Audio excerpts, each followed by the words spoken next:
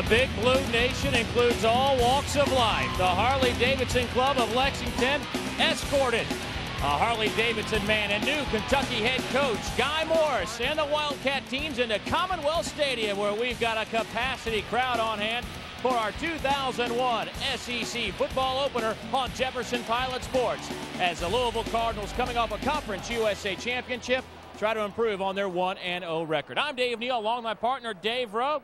Glad we're back, huh? Oh, man, am I happy. Gotta love that paycheck. Well, Dave, we certainly got a good game here because I think we've got two good quarterbacks. Jared Lorenzen started last year as a freshman for Kentucky. But for Louisville, they started a sophomore a year ago. Dave Ragone, who's now a junior, all he did was come away as Conference USA Player of the Year. Oh, unbelievable year for him. They wrote an article about him, the best quarterback you never heard of. But I can tell you this, everybody's heard about him now. I asked John L., their head coach, I said, hey, what kind of guy is he? He says, he's the kind of guy you want to take down the dark alley with you, and he's a quarterback. What a year last year, 2,600 yards, 27 touchdowns. Unbelievable. But Dave, last week, 18 to 31, 270 yards, 3 touchdowns, and he said he had a bad day. Yeah, worst game of his career. Not too shabby. Well, Jared Lorenzen on the other side, we got used to him last year, but I don't think he comes in with the same dimensions physically as he did, as he got up over 300 pounds a year ago. Oh, boy, unbelievable difference. That's the word with Jared Lorenzen. Difference that he went from 308 to 265. He's ready. Last year, we watched him fade late in the games, and we're going to see if that's different, too, this year. He had a little bit of mental problems last year late in the game when he got tired. We'll see if it's different. Well, Dave, you've been involved in some rivalries with Penn State, with the Raiders, Louisville, Kentucky. This goes down as one of the good ones. Yeah, you got no problem getting up for this game. You can hear the motorcycles roaring in the background. This is for bragging rights in the state of Kentucky. 67,000 on hand. It should be a good one. The state that is famous for thoroughbred racing will see a different pass in the grass today. An intrastate rivalry. Kentucky and their neighbors to the West, Louisville, running stride for stride in the battle for the Governor's Cup. Kickoff is next.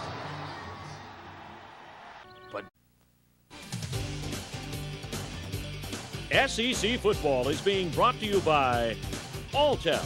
Alltel Total Freedom plans give you nationwide calling with no roaming or long-distance charges. By Advance Auto Parts, the best part is our people. By Ice House, you've got style all your own. Ice House style.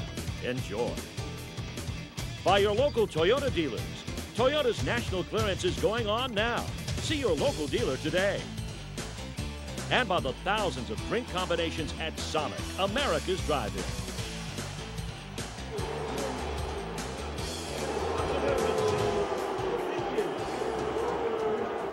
Here in the Commonwealth, as Louisville and Kentucky get set to renew this rivalry. And along with Dave Rowe, we bring in once again our partner in crime, Charles Davis, who will be down on the sidelines and has more on today's contest. Charles. Dave, thanks a lot. One of the new features that we have this year is called Side View. We're going to track a couple of players and watch their progress throughout the game and bring you updates. Dennis Johnson, the defensive end from the University of Kentucky, he's back from injury and ready to have a big year. We're going to see how he does today. On the opposite side, another defensive end, Michael Josiah, had 13 sacks last year for the Louisville Cardinals, led Conference USA, one of the leading sack masters in the NCAA. Something else that's happening this year is that we have a new head coach in Guy Morris. Another thing that's new is the field here in Commonwealth Stadium. Brand spanking new. And Dave, I know you have more about that. This field was a disaster a year ago. Golly, was it ever a disaster.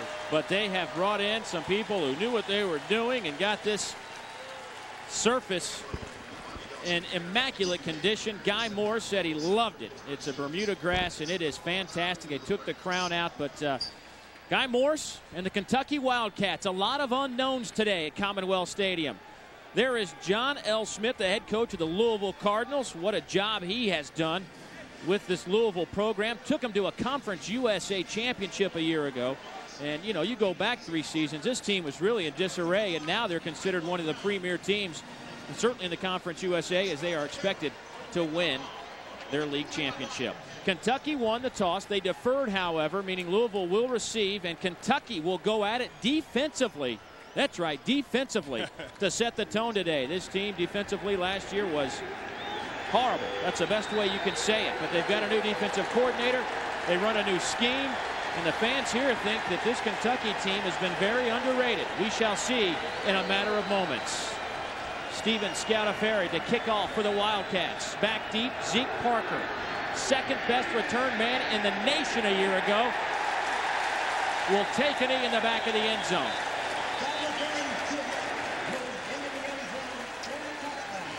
Dave Ragone starting for the second consecutive season. He followed Chris Redmond, who was a Conference USA Player of the Year before he went to the NFL, and Ragone moves in after completing 61% of his passes last season. Boy, and I looked at him yesterday. We're talking about a specimen. This is a big guy, 6'4", 250 pounds. He looked me eye in the eye, and John L. was right. This is the kind of guy that you can go to war with. Here we go, first down and 10, Cardinals at their own 20. Shotgun formation, receiver in motion. Flag down already. Dropped at the far side. Deion Branch. I think the offensive lineman jumped the snap on that time, as if the offensive tackle and guard set up too quickly. Prior to the snap, false start of the offense, 5-yard penalty, remains first down. That is our referee, Dick Honig. Here is the Cardinal starting lineup. Your backs and receivers include Deion Branch. 5 catches, a couple of TDs last week. Good group. Zeke Parker, great speed. Damian Dorsey and Ronnie Gent is your tight end. Up front, Michael Brown, Ariel Rodriguez, Antonio Sims, and Rob Ebel. Dardinsky is a guy that has to anchor this offensive line. They had to make some changes. We'll also see Jonte Woodard also. This offensive line will go against a new scheme across the ball that they saw a year ago. 4 wide receivers. It's 1st and 15, and once again, problems abound to get this game underway. Well, that may be the clock. I think the play clock was set at 0. It is the opener. There we go. We're ready now. Kentucky running a wide 6, if you will. Defensive front. Handoff to Stallings. Gets a couple brought down by Chris Gayton, the senior out of Montreal, Quebec, north of the border. The Wildcat defense looks like this. Dwayne Robertson up front had a sensational freshman season. A freshman All-SEC team member. And the linebacking core, a couple of guys, Chris Gayton, Ronnie Riley. And the secondary has some safeties that actually come up and play to make it almost an 8-man front. Ragone goes up top, has his man at midfield. Zeke Parker. Zeke Parker inside the 20. Zeke Parker breaks a tackle. Touchdown, Cardinals. Oh, baby. Well, you talk about catching them right in stride. Perfect pass. Missed tackle down there by Bowie, but just a perfect pass. Not a whole lot of pressure on Ragone as he steps back. Look at this strike. Don't even break stride, just right on target. Just drop it right in there. Boy, that's what Ragone did so well last year, and he's right back where he started last year. 82 yards. Nathan Smith, point after, is up and good. 49 seconds is all that has gone off the clock. Dave Ragone, he knows what he's doing. Cardinals lead at 7-0. Back after this message from Advance Auto Parts. Dave Ragone said he wanted to improve off of last week's performance, which he said was the worst of his career. Well, he's gotten the Louisville Cardinals off to a good start. 82 yards on the touchdown pass. And that is something we saw a lot of from that man, Jared Lorenzen. And now Dave Rowe, he has to get this team going offensively. He had to do it a lot last year. Yeah, but not in one play. He needs to go out there, have his composure, stay with his game plan. Don't think, hey, he just threw an 80-yard strike and I have to throw one too. Stay within your game plan. He's got a game plan of picking up those little gifts. If they give you a short one, take advantage of it. If you've got the deep one, go for it, but stay with the game plan. Octavius Bond, Ernest Sims. Ernest Sims closest to us. Wayne Delachka to kick off for the Cardinals. Short kick. It'll come down to Sims at the 10. Sims has got great speed, sees a little hole, gets stood up, and takes it out to the 28-yard line. They call the ball. The ball is down. The side judge on the far side had the play down, and he rules in favor of Kentucky. Chris Johnson on the stop for the Cardinals. Let's make sure he was down. Watch right in there. You see when his leg goes down? Yes, he's down. Ooh, that ball came out on the way, but his knee was down. We can see it a little different angle here. Down? He was down. He was down. All right, he was down. That's what the officials ruled. We'll go along with it. And this is something we'll see a lot of out of Jared Lorenzen. He will be under center over 50% of the time this year. Chad Scott, the diminutive running back, stood up at the line of scrimmage. No gain. Derek Smith, one of the best tight ends in the entire country. Last year against Louisville, had 6 catches, just shy of 100 yards, had 50 receptions overall last year. Antonio Hall started every game last year as a freshman, and he was a freshman All-SEC team member. Good offensive line to protect that man, Jared Lorenzen, who has dropped 45 pounds since the Tennessee game finished their season last year. 3 wide receivers. Looking for Kelly. Does he have the catch? Out of bounds?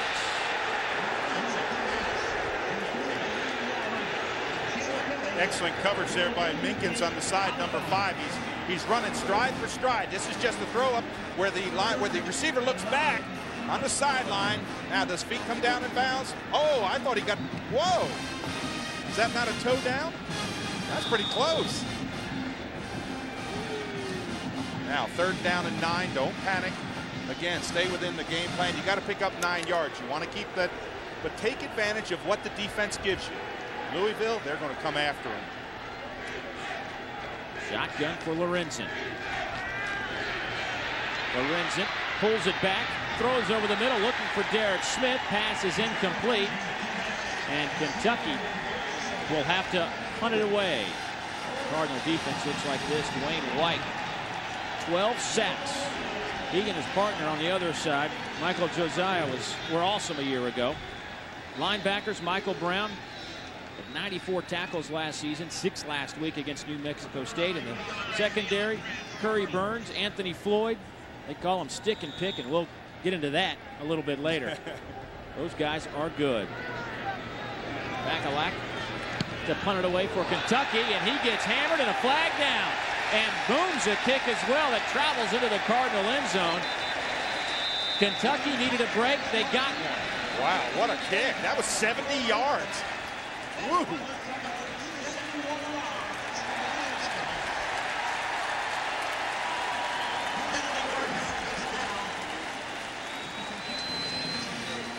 That looks like the personal foul. That's where you run in and kill the punter.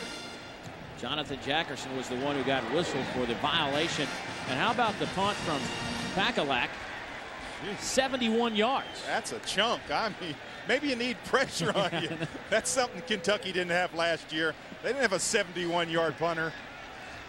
Man. Personal foul, roughing the kicker on the defense, 15 yards, automatic first down. Dick Honig and company out of the Big Ten. Percy Munn, Don Kefren, Bob Sagers, John Kors, Michael Sheehan, and Scott Buchanan. Boy, that 15 yards really helps Kentucky. For momentum and emotion, what you want to do is they wanted to keep the football. They were unable to move it in those first 3 plays. Now they get a gift. And that's exactly what Guy Morris and Jared Lorenzen said. When we get a gift, we got to take advantage of it. This is a gift. You get the ball back. Last year, Louisville penalized 128 times for over 1,000 yards. First and 10 now from the 44. Quick hitter to Derek Smith. Got a great block and picks up about 6, maybe 7 yards on the play. Tommy Cook, number 17, is the one that helped Smith pick up some extra yardage. Yeah, boy, Tommy Cook really did a great job. He blocked Anthony Floyd on the outside, up the sideline. Move the chains. That's what they want to do. They want to be able to move the chains. 2nd down and 2. Kentucky's crossed midfield. The I formation. Broken play. Lorenzen stiffs arm. Tries to get rid of the football, does so. He was out of the pocket, so there was no grounding once you get pressured out of the pocket. And that pressure came from Dwayne White, number 99. Now, I thought that was a running play to start, and then all of a sudden, he drops back and throws the ball, but none of his offensive linemen. There's Josiah trying to get. That's a good lock right there. That's when you got your clamps on him. Big 73, Antonio Hall. Look right there. A fish. Look, the fish. He's got his hands all over me. That's how Charles Davis used to be. He's got his hands up. How about White and Josiah combining for 25 sacks last year? Great pressure. Lorenzen goes deep. All kinds of contact down around the 15. Dougie Allen was the intended receiver. Josh Minkins, one of the new cornerbacks for Louisville this year, on the coverage. That should have been a better read by Dougie Allen. When he's going downfield, you got to run the pattern. And what he did is started chicken fighting with the corner right in there, and see the ball is overthrown. You need to stay on that pattern. Don't break off that pattern short. You got a quarterback with a rocket for an arm. Dave, this is something new they haven't seen here, is punting on 4th and a couple of yards. Al Mummy in his era would go for it almost every time on 4th down around midfield. But Guy Morris is old school coach. Don't punt in the end zone. Oops. And it does. So Louisville will get the ball at their own 20-yard line. 11:55 to go in the first quarter. The Cardinals lead it 7-0. Their offense took 2 plays to score the first points of this contest. 82-yard touchdown strike. Dave Ragone to Zeke Parker to open up the scoring. Zeke, by the way, a world-class sprinter, so don't be surprised that he was able to take it the distance. Absolutely. You know, I was looking out at the defensive huddle to see how they would come out. See what Dennis Johnson and Derek Johnson and Dwayne Robertson, how they would react. I can tell you this, I've been in that side of the huddle. When somebody throws a score on you, you can get ticked off in a hurry. See if they don't play with even more emotion now. Ragone over the middle has his man. Damian Dorsey, the junior out of Anniston, Alabama, makes the catch. Derek Tatum on the stop. Well, Dennis Johnson came off the ball that time. You talk about collapsing the pocket. He was flat out collapsing the pocket. Top of your screen up to the left. Look at the lineman coming back. That's a good throw right inside that little curl. We talked about Ragone and his strength and size. He can really deliver that ball. I mean, he throws that just on a rope. That's a pretty good efficiency rating. 2 of 2, 92 yards, 1 touchdown. Handoff to Stallings. He gets it out across the 35. Wayne Robertson on the stop. Boy, and a real good play selection there by Louisville. They're really doing a good job. Good play selection, back and forth. Run the ball, pick up that 4 or 5 yards, keep the defense off guard. That was T.J. Patterson on the carry.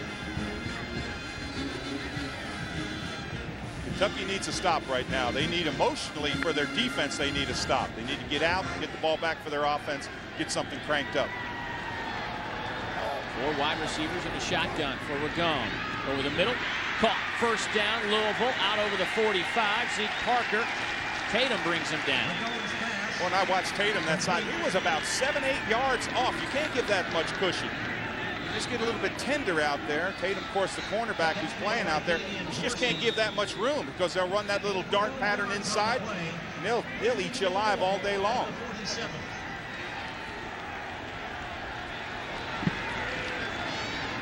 First and 10. We're going again, up top. Overthrows his receiver. He was looking for Parker one more time. Tatum on the coverage. Well, they see 21 in blue, and they have been going after Derek Tatum, the junior out of Cleveland, Ohio, 6 foot, 185 pounds, going up against Parker, who's 5'10", 200. Well, let me tell you a little bit about Derek Tatum. Right now, he's got to have ice water in his veins because you can't worry about what's happened in the past. Every play, you're like you're on an oasis out there. You're all alone. You got one-on-one coverage. You just got to do the job. Handoff to Patterson. He gets nothing. Robertson with his second tackle of the early part of this game. And Dave, let me tell you a little bit about emotion. We talked about the emotion of rivalry and getting up. Sometimes you can be almost 2 up. You know, you're just so pumped up and everything. Now you start to settle down, start to play within the confines of the talent that you have. and the game kind of relaxes a little bit. Big down here, 3rd down and 9. They need to come after the quarterback. 113 total yards for Louisville. The shotgun on 3rd down. Swing it out. Pass is caught, but bobbled. And loses 5 or 6 yards. Loose football. They'll say that Patterson was down. Ronnie Riley on the stop. You know, I know that looked like an innocent little play, but there's an interesting part on it. Watch number 56, Dennis Johnson, come into the picture. He almost breaks away. There's Dennis Johnson coming in there. That's what you want your linemen to do. Run to the football. That's what Guy Morris said. We're all going to get to the football. We're going to play as a team. Kalachka to punt for Louisville. He stands at his own 32. Derek Abney back to receive the short punt, end over end. Takes a Kentucky bounce and rolls across the sideline at about the 23-yard line. 9:06 to go from Lexington, where Louisville leads Kentucky 7-0. We'll be back after a word from your local stations.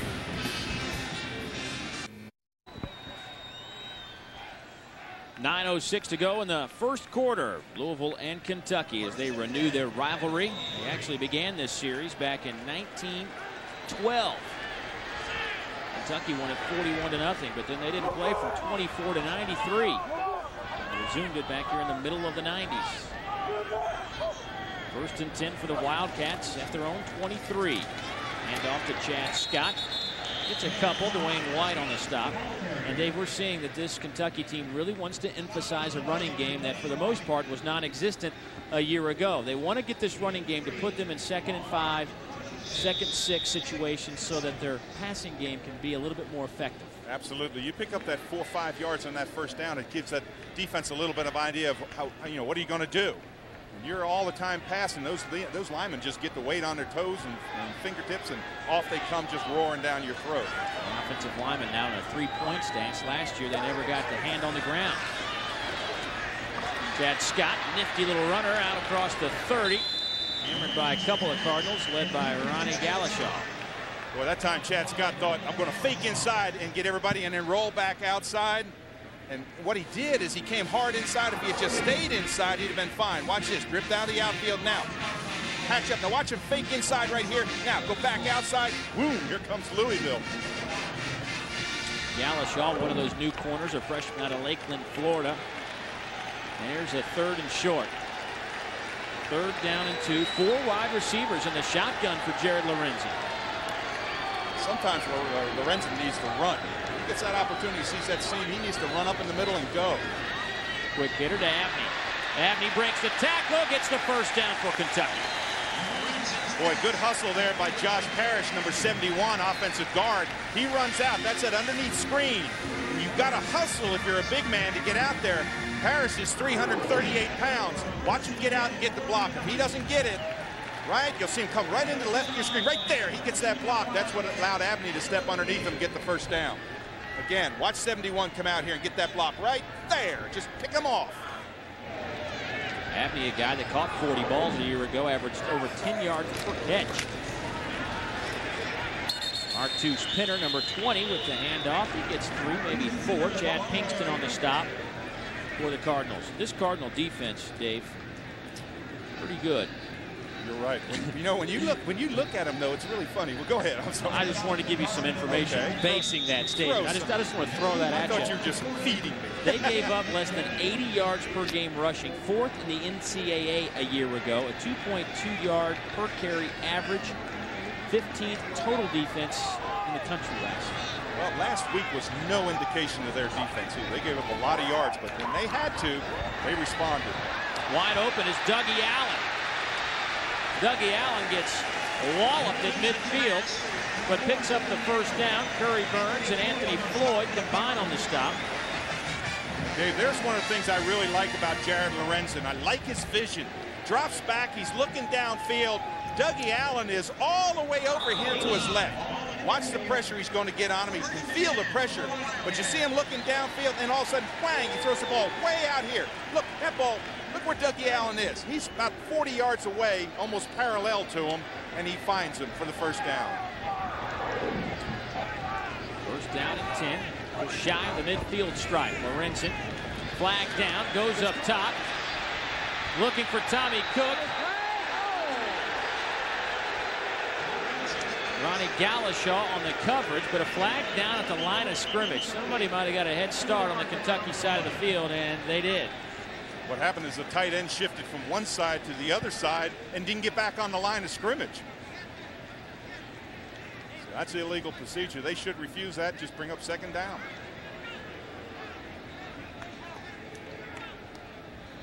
Let's see what they do with it. Oh, they're going to refuse it. Don't worry. They're not going to take him back 5. Give him another down. They all look over to coach. What do you want us to do, coach? Even the official looks over. What do you want us to do, coach?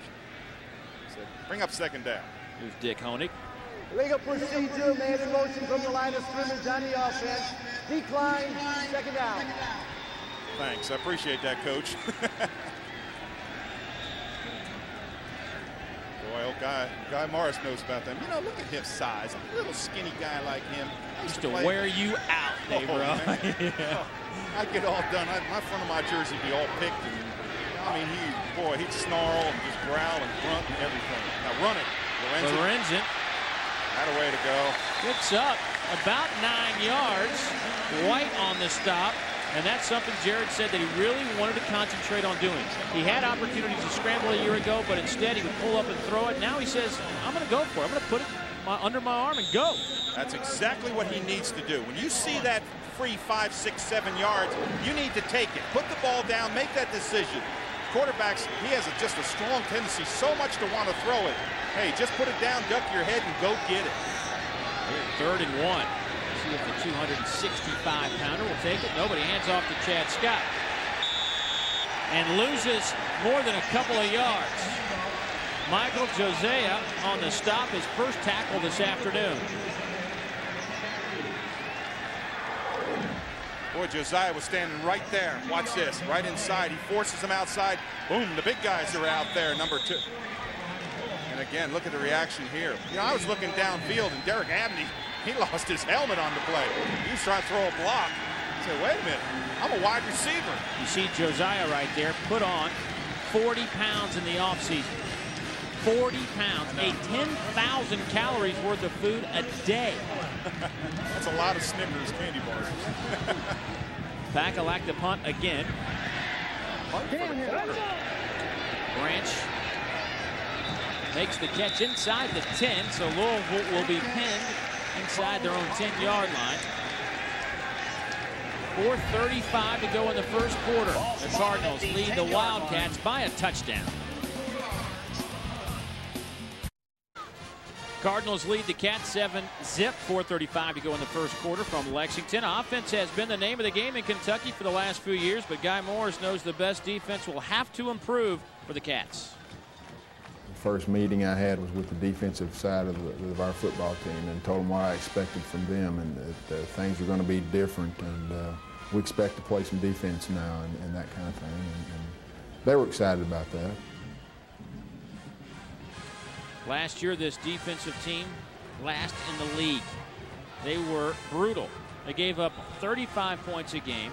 They gave up over 163 yards rushing per game. They gave up close to 250 passing last year. Over 400 yards per game and 47 touchdowns overall scored against Kentucky. And I think gave up is the right adjective to describe them last year. They've got a lot of bounce in them. You see them coming off the football. They're coming hard. They were embarrassed last year. And talking with Dennis Johnson yesterday, he said, man, you can't believe how hard it was for me last year to just sit and watch them. It was just horrible. Look at that, 405 yards a game. They gave up. That's incredible. So, I don't know how they ranked to 9th in rushing. Golly, they had no defense. They were balanced. They gave up 22 rushing TDs and 25 passing TDs. Oh, that's a positive. A quick hitter. Across the 20-yard line goes Deion Branch, brought down by Leonard Burress, and a flag down. A couple of them. That may be a late hit on Louisville. If it is, boy, John L. Smith won't like that. When you come in late You got to just ease off, jump over them. You can't come in and hit them late. Dead ball, personal foul. Oh, and look where that takes the ball. From out near the 25, that's going to take it back inside the 10.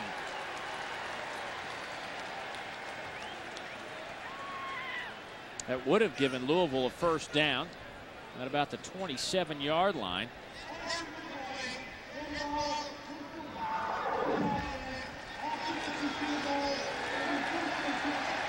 There's a catch, turn upfield now. Watch the white jersey come in. Well, just right at the tail end, you see that flash. That's hitting late. You can't do that. And that's one of those offensive linemen, running downfield trying to get that extra little block. Now, if you're Kentucky and you're in their huddle, they're saying, hey, take advantage of it. First down, 10, 12-yard line, you got to stop it. Handoff gets about a yard. Stallings on the carry. Stallings, a 5'11" senior out of Bedford, Ohio, had 144 yards last year against Kentucky. Nebraska trailing Troy State. Wow. Troy State trying to make some money as they try to move up the chain of Division I football, and off to a good start in Nebraska. 4 wide receivers on a 2nd down and 8. Ball rest on the 14. Does Kentucky come with pressure? That handoff gets a couple. Stallings again. Ronnie Riley meets him in the hole. A couple of big boys. Stallings at 205. Riley about 230. Yeah, you got to come off that football. You got to wrap them up. Don't let them get that first down yardage. Big 3rd down coming up here. 3rd and 4. Do they go back against number 21, Derek Tatum? They've worked him a lot today to the top of the screen. He's had a lot of activity.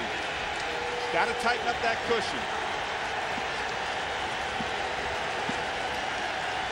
3rd and 3.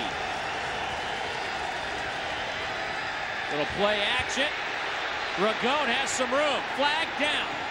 Ragone picks up the first down across the 30. Tatum brings the big quarterback to his knees, but a flag down in that Cardinal backfield. You know what I think it is? I think it's Richard Owens, number 89. I think he grabbed one of the linemen. Yeah, it's a hold. I don't know if it's against Owens, but 89, Richard Owens was a tight end on that side, 2 tight ends. He dropped back, did a cut, and I don't know, I thought it looked like he reached up and grabbed him. Boy, and John L. Smith doesn't like that. Holding on the offense, half the distance from the previous spot. Repeat 3rd down. John L. Smith pleading his case to no avail. If that is Owens, he will be getting an earful at this point. 4 penalties for 41 yards. We mentioned this Louisville team, Dave, last year with 128 penalties, 1,118 yards. You can't do that. You can't give away yards. No, but let me tell you what you do now if you're in blue shirts. You got to get to him. If you're a defensive lineman, you got to get to him. Ragone over the middle. Ball popped up in the air. Oh. Intended for Branch. Falls incomplete, and the Kentucky defense holds him. Yeah, they hold him. That's an accomplishment. They're going to get the ball. They should get it. Good field position. And listen to this crowd. I want to tell you, this is the loudest I've heard it here in Kentucky in a long while. They are enthused. That ball just held up there for the longest time. It's been a while since we said Kentucky's defense holds them. So that's good. A punt out of his own end zone. Abney with real good speed, good hands, stands at the Cardinal 44. Wobbly kick. Abney should have a return. Dodges one man. Abney to the outside. Whoa. Abney breaks free. Derek Abney inside the 10. Touchdown, Wildcats.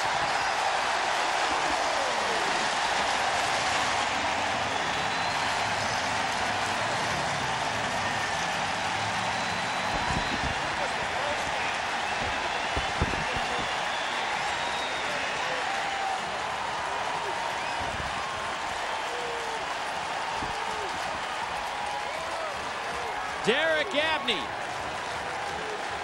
47-yard punt return for a touchdown. The sophomore out of Wisconsin. makes his presence felt. Boy, and I want to tell you, you talk about courage. There's no place on the football field where it takes more courage than it does to return a punt when you can hear those footprints just stomping down on you. And that's exactly what Abney did. Seth Hansen, the point after, up and good. And we are tied. Derek Abney, who wears number 12 in honor of a childhood friend who passed away in the 7th grade, is all smiles right now as Kentucky has evened the score. What a run. What's right there? Look right there. That's right there is Brian Gaines, number 4. Now, get to the outside. Use that speed. Pick up a couple blockers. He didn't need many. And again, down the sideline. You're not going to catch him from behind. You talk about rejuvenating. Watch this again. He didn't need many blocks. He just got to the outside. Oh, boy. Now, that'll change the momentum of a football game. Not going to catch him from backside. Commonwealth Stadium erupted like I haven't heard it in quite some time. Well, this is an exciting crowd. They are really pumped for this football game. Interstate, all the bragging rights. There's only 2 colors in here, red and blue. I don't see any orange or green, nothing like that coming up here. Boy, that was electrifying. And he's still pumped. Look at him. You know what? Just to make it even better, the official score has ruled that that's a 48-yard punt return, so we're going to give him the bonus yard. Well, I'll tell you right now, it could have been a 1-yard smash because with Gaines, Brian Gaines coming down on you, I mean, he was flying down on him. Steven Scalaferri to kick off to Zeke Parker. Remember, Parker, 2nd in the nation in kickoff returns, 25 yards a return last season. And here goes Parker. Flag down at the 33 as Parker takes it just shy of the 40. Scalaferri brought him down. Now, interesting, the official picked up the flag, and he's walking it all the way back and throwing it back on about the 19-yard line. He threw it up about the 35. And John L. Smith coaches special teams. Oh. And he has watched a breakdown here in the last 30 seconds. Well, that was really interesting. I wonder if the official couldn't throw it far enough. Half the distance. 1st and 10. Don't forget, we've got more football coming your way next Saturday. Doubleheader at 12:30. It's Alabama traveling to Vanderbilt. It's our first look at new head coach Dennis Franchione. The defense should be a strong one, led by Salim Rashid. Don't forget, Bama and Vandy early. Then it's Ole Miss at Auburn, approximately 3:40 Eastern time. Eli Manning making his debut in SEC competition. That's all next Saturday right here on Jefferson Pilot Sports. Check the listing for the time in your area. Here we go. Ragone back at his goal line over the middle. Double coverage. Nearly picked off by Anthony Wajda. Oh, Wajda, you can't do that. You got to catch the football. Quarterback pressure there. Dwayne Robertson just getting that big push up in there. Number 63, we talked a lot about him early. But again, when you got an opportunity, there's the pressure right there. You see left of your screen. Now watch this. When you go up, you got to go up 2 hands. You don't reach out like that. You got to get to the football. If he had come down with that, that's a huge momentum changer. I think the momentum has already changed. Oh, it swung a little bit, but Wajda had an up and down season a year ago, but as a sophomore had 68 tackles. That was back in '99. Handoff, nowhere to go. They lose a couple of yards. T.J. Patterson stuffed by Dwayne Robertson. Robertson got up there. I thought he was coming out. He just said, they ain't running up there anymore. They talk about that young man. He's just a sophomore. And when we were talking yesterday, coaches said he may be the best defensive lineman in the SEC. Look at this. Nope, they ain't going my way. Well, he was freshman all-SEC. Lost weight, improved his quickness. He was already extremely quick. He checks in at 6'3", about 300 pounds. Here we go. 3rd down and 12. Louisville looking for their first conversion. Ragone lays it up. Flag down. Now, pass interference called against Derek Tatum on Damian Dorsey, just shy of the midfield stripe. I want to tell you, there was pushing on both sides. I watched Louisville that time, and Louisville was pushed. I thought Louisville might push off, but of course, up in the face. That's going to be an interesting call. That could have gone either way. It's going against the defense. You're right, partner. That's one will make John L. Smith happy. On the defense, penalty is declined. First down. They call the catch good. It was hard for me to see that right in front of the Kentucky bench. But how about the catch? Oh, wow. Man, wow. Again, look at this. Oh, that's an incredible catch. When they came down and put the football there, I was thinking, good night. That should be the last play of the quarter. And it is. And what a quarter it was. These games have all been exciting. Last year, Louisville had to win it in overtime. We're knotted up at 7 after 1 quarter of play. Back to Lexington, Kentucky after this. Got it. We are back in the Commonwealth. Lexington, Kentucky tied at 7 after 1 quarter of play. And there is a new member to the Wildcat Hall of Fame as Dermontti Dawson, who played here from '84 to '87 and had a great career in the National Football League, has his number retired today. Athletic Director Larry Ivey down there presenting the jersey to Dermontti Dawson. I got to tell you, I saw him when he walked up in the press box. He looks like he's still playing. Look at him. He's tough. He got that big lineman. Woo. Here we go. The start of the second quarter, 1st and 10 for the Cardinals. Their white jersey, red pants. 5 wide receivers. Ragone in the shotgun over the middle as his man caught at the 40. Brought down at about the 39. They'll give him just shy of the 40-yard line. The Cat Rental Store first quarter stats look like this, and not a whole lot of rushing, and we didn't really expect it. But we expected a little bit more offense out of the Wildcats. Overall, 42 total yards. Look at that stat right there. 6 of 8, 151 yards. That's a pretty good day. Hand off to Dion Branch. A little tomfoolery from John L. Smith. I enjoyed talking to John L. Smith. He is an interesting character, the head coach of the Cardinals. Actually ran with the Bulls in Spain this past summer. He didn't run with those ostrich boots he had on yesterday, though. He had sneakers. He looked at me and said, you got any eligibility? I said, you that desperate?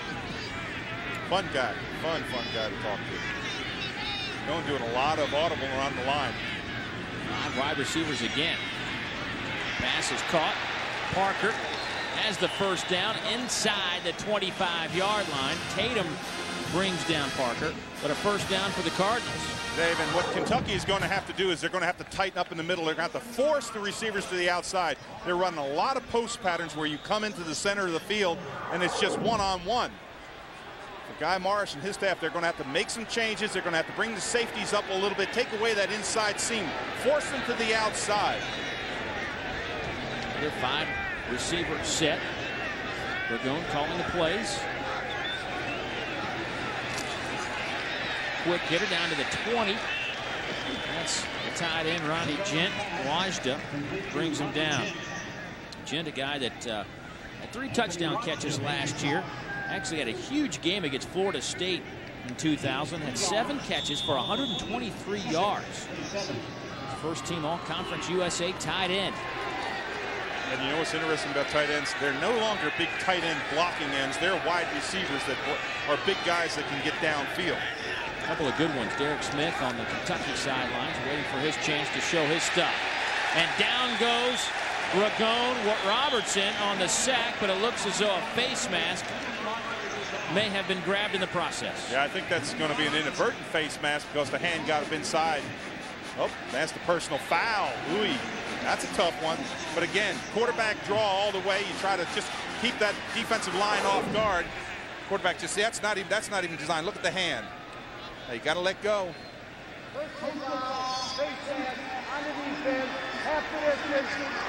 Ooh, big penalty. Yeah.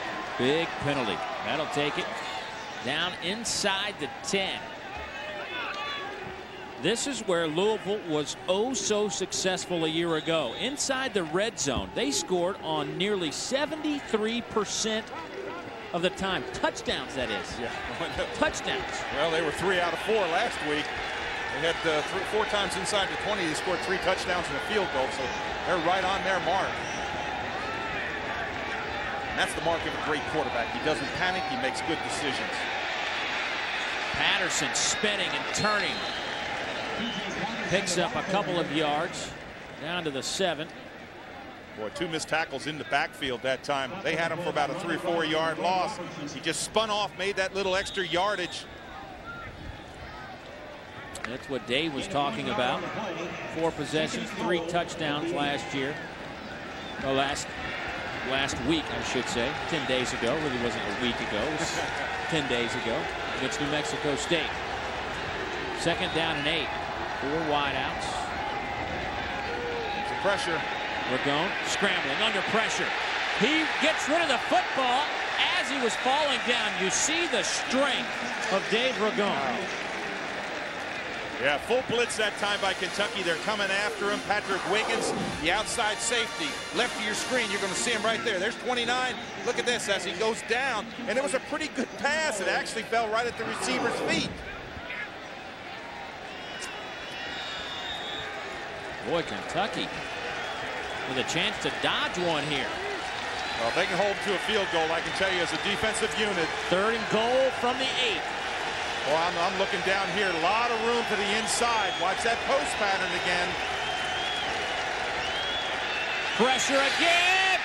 They got him at the 20. Chris Gayton. Boy, and what Gayton did is he came from the backside on a left-handed quarterback. When you open up to your left. They brought pressure from the backside. Watch number 33. There he is right there. He's going to get him.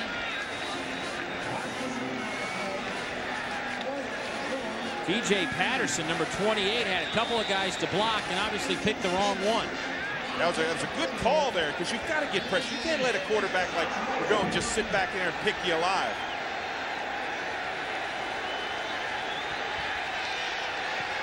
Nathan Smith from 36. Got it. Boy, it wasn't pretty, but it went through. Big kick. John L. Smith and his team take a 3-point lead over the Kentucky Wildcats, and even 11 minutes to go here in the 2nd quarter.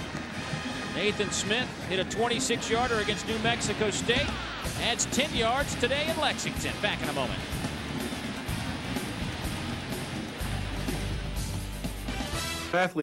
Louisville 10, Kentucky 7 in the 2nd quarter here in Lexington. And I'm joined now by an All-American, an All-Pro, one of the great players ever to play in Kentucky history, Dermontti Dawson. Special day for you. You had your jersey retired. Tell us about your feelings about that.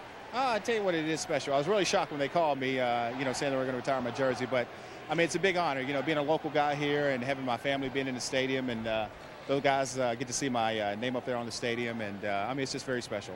Yeah, very special for you to be back in Lexington. How do you feel about the state of the Wildcat program? Coach Morris now in charge. I know you still have great feelings for the Wildcats. I do, and I follow them, and I support them all the way. Coach Morris, I think, is going to do a good job. It's just, with all the dilemma going on and the problems they've had this offseason, what can you do? I mean, you can just play football. That's basically it. No matter who you have, you just got to go on. And, hopefully Coach Morris, with his new attitude, new thought process for the guys, hopefully it's positive. All right, Dermontti, congratulations. Dave Neal, Dave Rowe, I played against this guy in college. I did my best to avoid him.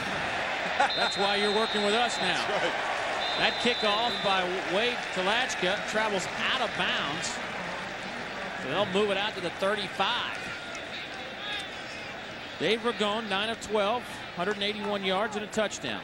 Jared Lorenzen, 4 of 9. Legal procedure on the kick out of bounds. Kentucky will take the ball to 35. First down. Lorenzen, 4 of 9 for 30 yards. Not Charles taking credit. But here comes, though, Shane Boyd to make his That's right, 4th series. appearance. They told us that. They said 4th series, Shane Boyd will be in. Changed his number from 2 to 7 this week. Shane Boyd, redshirted a year ago, thought he might play against Georgia when Lorenzen had a bum thumb. And his first pass to the tight end, Derek Smith. Smith dragging a defender across the 45. Brought down by Curry Burns. First down, Wildcats. Did you see the first person to help him up was Shane Boyd? He ran about 30 yards. Watch this little fake action now. Throw that drag out there. Now watch him. He catches it. Look at him just sprinting down there. Boy, that's excitement. They said he brings a different element to the game than what Jared Lorenzen does. There is Jared. He is well aware of the situation involving the quarterbacks. Jared pushed for the starting job by Shane Boyd and actually earned it, and along the way earned the respect of his teammates. But Shane Boyd, a tremendous athlete. Coaches really like his ability to think back there. It's just a matter of reps for Shane. Handoff to Artus Penner, and he spins out of a tackle or two and takes it close to the Cardinal 45. Ronnie Galashaw finally brought him down. And Dave, nobody likes it better than those offensive linemen who watch that run. You see what Penner did that time? He just didn't get hit and go down. Watch this. He's hit right in here. He's hit. Now, look at him just spin. Dig those feet. Almost breaks out of it. 3-4 more yards. Those offensive linemen go back. They tap you on the butt and say, great job. Shane Boyd will line up in the shotgun formation. 4 wide receivers set for the Wildcats. Actually, Chad Scott in the slot on the near side. Second down and 3. And the play clock runs out. Oh, that's not what you want. You don't want to do that. Second down and 2. That's a great down. You got to get in. You got to be cognizant of that. You got to look up. And that's what you talked about with reps. 5 yards, still second down. Let's check in with Charles. Thanks, Dave. Michael Josiah had 13 sacks last year for the University of Louisville Cardinals, and we're checking him out on side view. He don't just rush the passer, he can play the run too. Nice tackle. Now he's just going to pursue on the backside. Sometimes you can't get in on all the action, but here, playing off of a block, spins out, makes another tackle on Chad Scott. Not just a pass rusher, guys. Josiah, a force to be reckoned with. So is Derek Smith. Inside the Cardinal 35 before he's run out of bounds by Anthony Floyd. That'll be a Wildcat first down. Well, Dave, I know Charles would tell you the same thing. The hardest pass for a quarterback is that little drag out of the backfield off the line where you throw that ball on the, and he has to throw it right to a spot. That is exactly what Shane Boyd has done well. Josiah, as we mentioned, added 40 pounds in the offseason. Has a couple of tackles today. Wilsonville, Alabama, just outside of Birmingham. 19 tackles for loss last year. The other bookend, Dwayne White, brings down Chad Scott. Chad Scott's in there. He's arguing there. He's arguing with the big boys up front. He's a feisty little guy. 5'10", about 180 pounds. He's tough. The announcers for this game are selected and compensated by Jefferson Pilot Sports.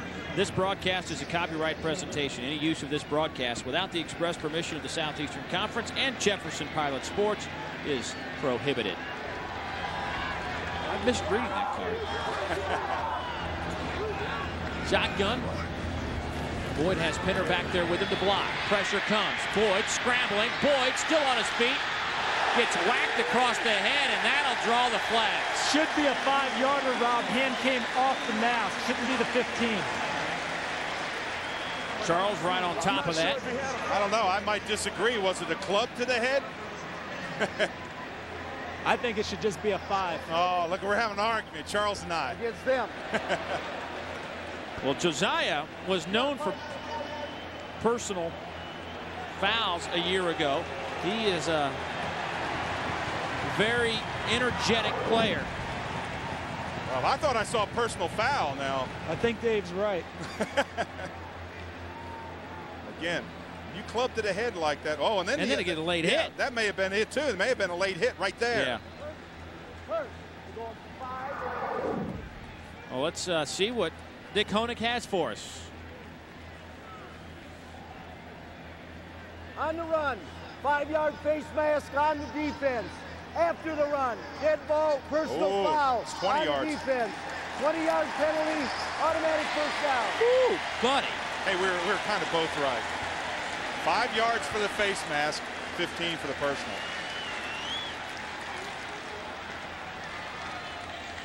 Charles. Well, as Dave said, we were both right. It was a 5-yarder because he got his hand off the mask almost as soon as it got on. But the late hit tacked on. Since they're both personal foul penalties, they have to assess both of them. It's not just a choice. 20-yard penalty. Well, I got to say that penalties have been a downfall for the Cardinals here in the first half. They really have. You know, your defense comes up, you make a good stop, you make a good effort, and all of a sudden you walk off 20 free yards. But that was really a late hit. That just, that's got no place in the game. And John L. Smith trying to talk to our referee, Dick Honan, to get an explanation.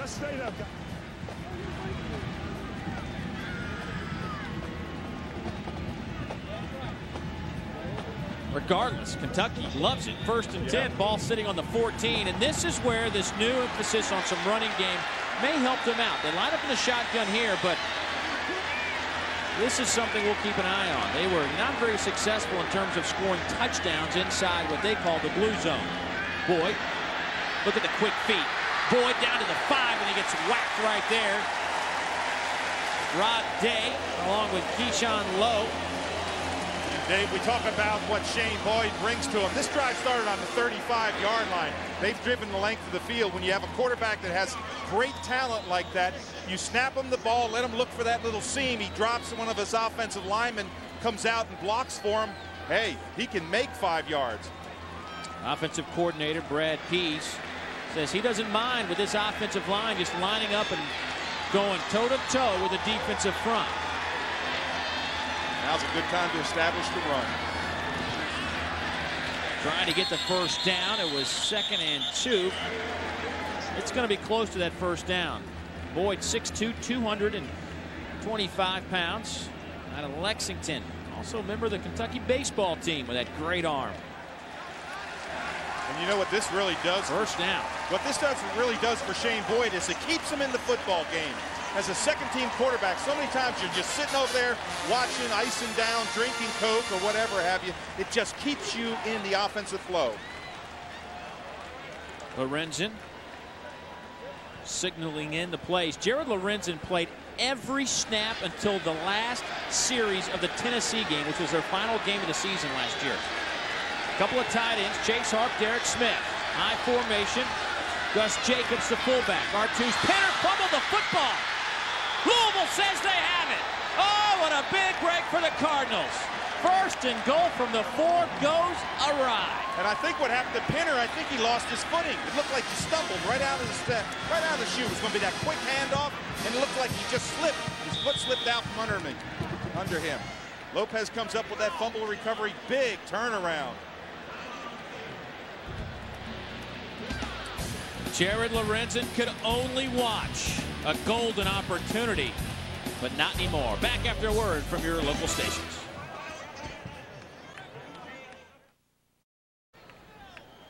Louisville, a team that has mastered the turnover. They do it again. Well, I think what happened that time is Gus Jacobs, the fullback, thought he had the ball. See, the ball's out right there. You see the ball's already out. It bumped into the fullback. That pulled the ball loose. I wonder if Jacobs kind of reached out for the ball. Shane Boyd had marched this team down the field in his first opportunity as a quarterback at Kentucky. And this is what Louisville did a year ago. 2nd best in terms of forcing turnovers with 38, only trailed Florida. And Dave, now what you want to do, if you're the defense, you're thinking, hold them down there, get the ball again, see if they can get another drive, because that was a beautiful drive for Kentucky. If you're Louisville, you're saying drive it out. Charles, this Louisville team, they know how to create a turnover, don't they? But they got some help from Shane Boyd on that play. Remember how we talked to Lorenzen yesterday about taking so many snaps in the gun doesn't help your mechanics? He was too shallow coming out. He ran into the fullback. That caused the fumble. Handoff picks up a couple. And the rushing game for Louisville hasn't been really effective today. Patterson just 5 carries, 9 yards. Stallings 3 carries for 7 yards. This is, as I was telling our spotter Kim Anderson moments ago, a much improved defense. I mean, it's hard to believe it's the same team out there. It is. It really is. They're playing with a lot of fire. Need to take away that crossing pattern, though. This is where Ragone has been so good. He's caught him. They need to force him to the outside. Let's see what happens here. A lot of time left in this football game. Ragone under pressure, dodges a man, gets it off. Boy, how did he get away from Dennis Johnson? Dennis Johnson and Demery. Demery comes in there, and I thought Demery was going to get him. Dennis Johnson was in his face. Look at this, up underneath. That's what you got to do. Now keep your feet going. He's got him, right? Then you see from the backside, 51, that's Demery. They got some pressure on him. Now they should get good field position. You know what happened the last time? Something about a 48-yard punt return for a touchdown, I think. Yeah, and he's back there again. Same scenario. Latchka from his end zone. Abney calls for a fair catch and holds on to it at the 47-yard line. So let's see who comes in at quarterback. Right-handed or left-handed? We'll let you wait. We'll come back to Lexington, tell you who the quarterback will be for this next Wildcat series. Cardinals lead it by 3. Andy at 12:30, followed by Ole Miss and Auburn. Check local listings for the Jefferson Pilot Sports station in your area. Jared Lorenzen in at quarterback for Kentucky. Swings it out to Chad Scott. Chad Scott tripped up at about the Louisville 47. That'll be about 3 or 4 yards shy of the first down. J.T. Haskins on the stop. There is Shane Boyd back to the sidelines. I thought it was a really good performance by him. I thought he led his team really well downfield, used a lot of different plays, a lot of enthusiasm. I was really surprised that they changed quarterbacks. But again, you know, you have a game plan, you go with it, and you have to respect that. Jared Lorenzen's the starter. High formation, Lorenzen, the handoff to Scott. Scott tries to get outside. Boy, some good speed by that Cardinal defense. Michael Brown, the man in the middle, not a big guy, but boy, does he go sideline to sideline. Michael Brown is a guy that has tremendous athletic ability, just 5'11", 210 pounds. Yeah, there were a lot of white shirts running after him because, again, dip inside, try to get the outside. Look at the big men running after him, too. He was going to beat them to the corner. A lot of white shirts. That's what you love if you're a defensive coach. Michael Brown had 104 tackles in '99, 94 last year. 3rd and 7. Blitz. Lorenzen is sacked, I think. The big tree finally goes down. You never know until his backside hits the grass. Slightly smaller backside this year, but again, a lot of blitz right there coming on the outsides, looking here in pressure. Bang inside, they collapse the pocket. He's just putting his head down. Dwayne White in there getting the sack. It took 4 guys to get him to the ground, and he's 40 pounds lighter. Last year, I don't think they got him to the ground. Deion Branch back to return the Packalack punt. It's a high spiral. Could be a block in the back. It is flagged down, but the ball rolls inside the 3. It's going to be a short penalty because it's tacked on. The ball is down on about the 3-yard line. Boy, great opportunity. 3:09 left. You want to hold them deep if you're Kentucky. They've done a good job. If you're Louisville, you've got to bring the football out. You've got to pick up first downs. That was kind of a strange sequence there. I think Deion Branch, the sun just kind of broke out right as that ball went up in the air. Yeah, when he looked up, he got a blind spot. But you know, you talked about what that defense has done, Dave. Kick. It'll be 1st and 10. That's about a 1-yard penalty. But you talked about what that defense did, Dave. Since that 82-yard touchdown pass, they've allowed 102 yards. That's all. That's pretty good defense, other than that one big play. Now, if you want to have somebody who's got some strength, you use a Ragone. At halftime, we'll be taking a look at the Alltel halftime stats. Of course, much more coming up in 3 minutes and 9 seconds on our game clock. Louisville with a slim 3-point lead, backed up all the way to the 2-inch line. A couple of tight ends, Jenton and Owens. Handoff gets about a yard. It goes to Patterson. Now, if it was me, I call timeout. It's under 3 minutes. You got 3 of them. Why not call timeout? Don't take them in the locker room. But again, big wall up front, big man on big man. That's fun. But watch Ragone. He's the kind of guy who can just pull that football down, play that little play action fake, get that one-on-one, and he's got a rocket for an arm. Second down and 9. Ragone under center. Set back is Patterson. Ragone, quick drop to the outside. Has his man. Branch across the 20 out to the 25. What a huge connection. Ragone to Branch. When it's been there. When you talk about a rocket, he throws across his body on that play, and it's just a rope. He sees him. He just comes in that little seam. Watch this. Just break inside right in there. See right there? Boom. Now come back inside. Look for the inside cut. Make sure you got good control of the ball. Puts both hands. That's good fundamentals of running the football. And they're out of trouble. Branch, a guy that originally signed out of Albany, Georgia, to go to Florida. Ragone goes up top. Parker makes the catch, and a flag is down. What a catch from Zeke Parker. Oh, my. Boy, Dennis Johnson didn't take the fake, but everybody else thought run and play. Everybody. When Ragone took that ball and placed it in his running back's belly and pulled it back out, there was nobody rushing. Look right there. You see everybody looking right there? Even our cameraman went to the ball. And you see the ball he threw. Now again, inside, you've got to take away that inside position. That's just, look at that good position. Use your body against the defender. That's just one-on-one. And Ragone is having a field day in this first half. He has thrown some footballs. A gain of 47 yards. This drive started on the 2-inch line. And with 1:47 and counting, it's 1st and 10 Cardinals.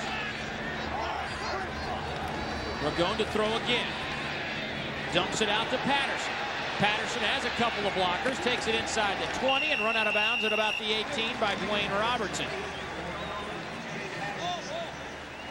Stay tuned. Coming up at halftime, we'll also be highlighting the best in the SEC, which is presented by Don Pablos. 1:33, clock stops as the Cardinals get out of bounds. Well, that was an interesting play there, Dave. What Ragone did is he sat back there and waited for the corner to commit himself on the rush and then just dumped it over top of his head. Excellent play call. Just a solid play call game.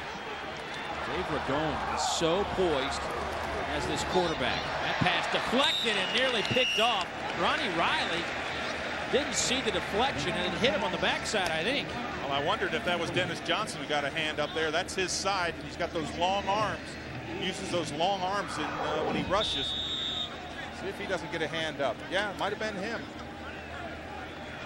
Ragone, 11 of 15, 11 of 16, 249 yards. 5 wide receivers. 2nd and 10. Ball rest on the 18. Ragone calling an audible. Well, now you need your lineman to rush. Pressure comes. Pass is high. He had Parker across the middle, but I think he saw a lot of blue jerseys coming at him. Well, I think, too, my ball might have slipped out of his hand because it looked kind of like a knuckleball going out there just on the trajectory of it. Again, that crossing pattern, they have lived on that call. That's pretty good average. 38.3 yards per catch. Man.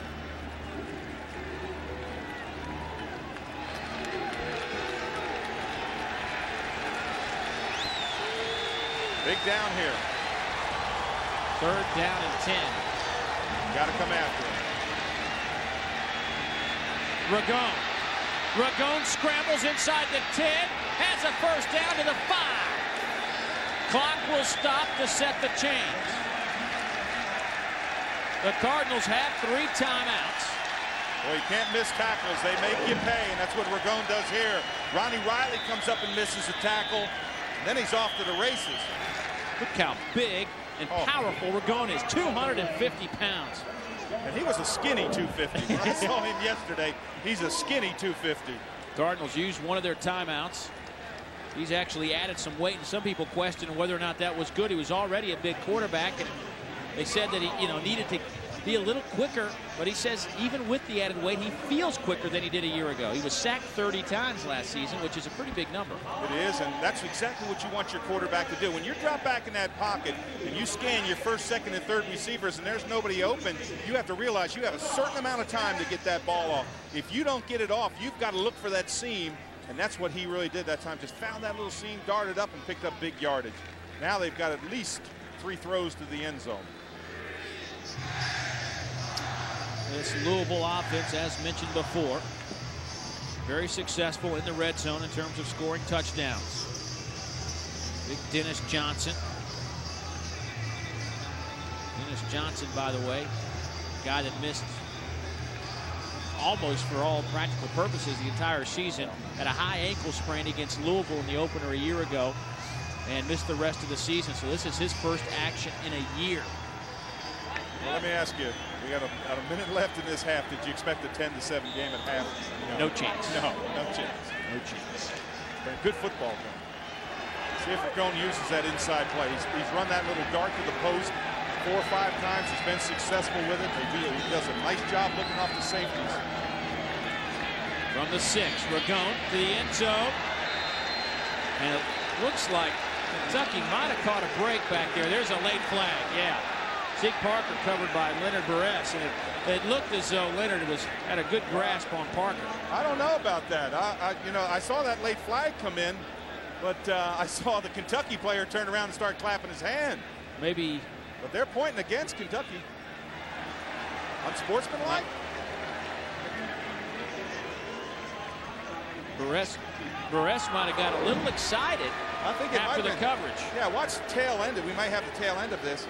Come on, Dave. Yeah, that's a hold inside. But see what he does when he gets up. Oh, did he go up to the throat? Oh, don't. Conduct on the defense, half the distance, the downtown second down. Ah, that's exactly what he meant then. You know that going up to the throat thing? I don't know, but that's a tough call. And he got away with a hold as well. 2nd and goal now from the 3 for the Cardinals. Ragone rolls, pressure coming. He takes the sack and is fumbled. Loose football. Kentucky has it. Oh, my!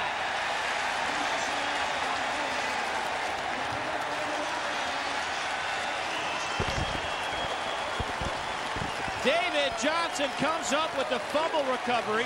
Patrick Wiggins was the man who got to Ragone. And what a sequence of events. Backside, watch him, he just rakes the ball down. You see how Ragone brought the ball down by his side? And I'll tell you, a heads-up play there by T.J. Patterson.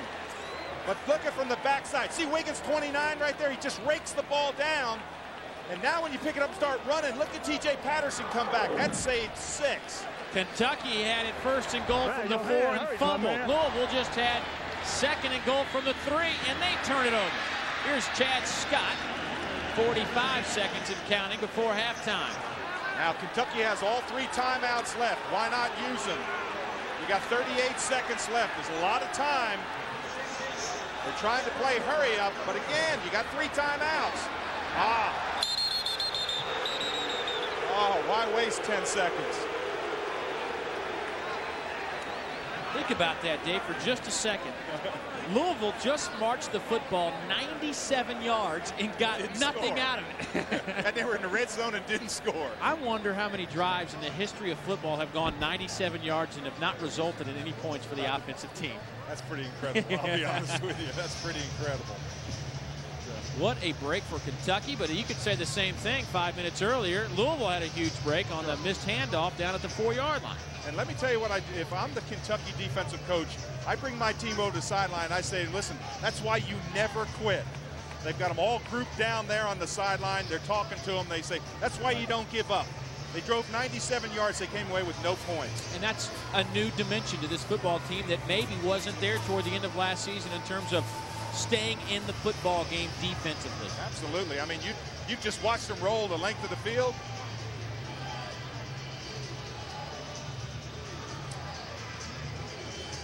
I think that's Peace right there. Yeah, with the hat on. Yeah. That's the offensive coordinator. Came over to Kentucky in January. Actually hired by Hal Mumme to be the quarterback's coach. Guy Morris kept him on and made him offensive coordinator. He's trying to find something that'll work here with 29 seconds to go before halftime. You know what I do if I'm Kentucky? Throw the thing. But to the wrong jersey wasn't what they had in mind. Galashaw still on his feet. Galashaw brought down at the 37-yard line. Now, that was a terrible pass. I wondered if that ball slipped out of his hand. Look at Guy Marsh. You know he isn't going to like it. But that was a terrible pass. Lorenzen slams his helmet down in disgust. Well, he should. You don't throw a ball like this. Watch it. I don't know if it slipped out of his hand or what, but that's just a terrible pass. You've got to see that. You got to see that safety just dropping back, or that linebacker dropping in the zone. Again, look right there. He just steps right in front of him. That pass is not going to help you. You may see a little Shane Boyd, a little more Shane Boyd in another series. Because I can tell you one thing, Guy Morris, an old offensive coach, you don't like that. 18 seconds to go before halftime. Ragone scrambles, picks up about 6 yards. Robertson working hard from that defensive line position, brings down Ragone. And it looks as though he might have hurt his shoulder. Yeah, when you see a lineman run off like that, you wonder about it. See how he's dragging his arm coming off the field, his right arm? That would be a big blow. Jeremy Caudle, his partner last year up front. 2 true freshmen getting a start last year, Robertson and Caudle. But Caudle is not playing today, has a bad back. So the 2 starters from a year ago are physically in pain at this point. And let me tell you, when you take out of that lineup, you take out of Dwayne Robertson, you're talking about he had 6 tackles, he had a hurry. I think he was almost in on a sack a couple times. Hey, that's a lot of loss. Timeout by Ragone with 7 seconds left. Ball rest at the 31-yard line. There's Guy Morse. He's a no-nonsense man who just wants to go back to basics. John L. Smith over there, a guy came to Louisville, the program that was in disarray, and really got him playing solid football on both sides. Well, good thing there, they're not taking the shoulder pads off of Dwayne Robertson. What they're doing is they're just reaching up underneath. Damian Dorsey. Well, 3 seconds left. Do you kick a field goal? Yeah. Yeah. It's going to be a long one. This will be 42? 42, maybe 43 on that. See where they will spot it. Timeout taken by Louisville. Bring Nathan Smith on the field. Nathan already hit from 36 today. Hit from 26 10 days ago against New Mexico State. They need that good push in the middle. Get those hands up. Trajectory's going to be low. They should put, I think, Dennis Johnson goes in the middle. He's a big blocker up front. He can get a way up high. Good leaping ability. Had blocked 4 kicks in his career. Great leaper. Stands 6'7", 260. So Dennis Johnson, 56, is a man to keep an eye on in this whole sequence. Remember last year, Kentucky drove down, set themselves up inside the Louisville 5-yard line as time expires for an 18-yard field goal. A chip shot from the hash mark. It was blocked. The game goes to overtime. Louisville wins it. Absolutely. Well, that was the end of the season for Kentucky. Watching the middle, get those hands up. 42-yarder. This will do it for the half. It's definitely long enough, but he pulls it left. He hit it hard, probably too hard. So what a sequence of events we have as this time expires in the first half. Louisville leads Kentucky 10-7. And what's a rather low-scoring affair between these two teams. Kentucky will take it. Let's check in with Charles Davis. Charles. Coach, you were upset a little bit last week about the execution of your team. This first half hasn't been a real great one for you. What do you think? We're stinky. I don't know. We're not playing very good. And we're turning the ball over, and we're making a lot of mistakes. Stupidity. You know, special teams is killing us right now. We've got to come out and do a better job special teams-wise and, you know, just play harder. My goodness, we get it down there and we can't score. We should be able to run it in. All right, Coach, good luck to you in the second half. Coach John L. Smith not very happy with his team right now, but they do lead 10-7 at the half. We come back, scores, stats, and highlights from the first half. Stay with us on Jefferson Pilot.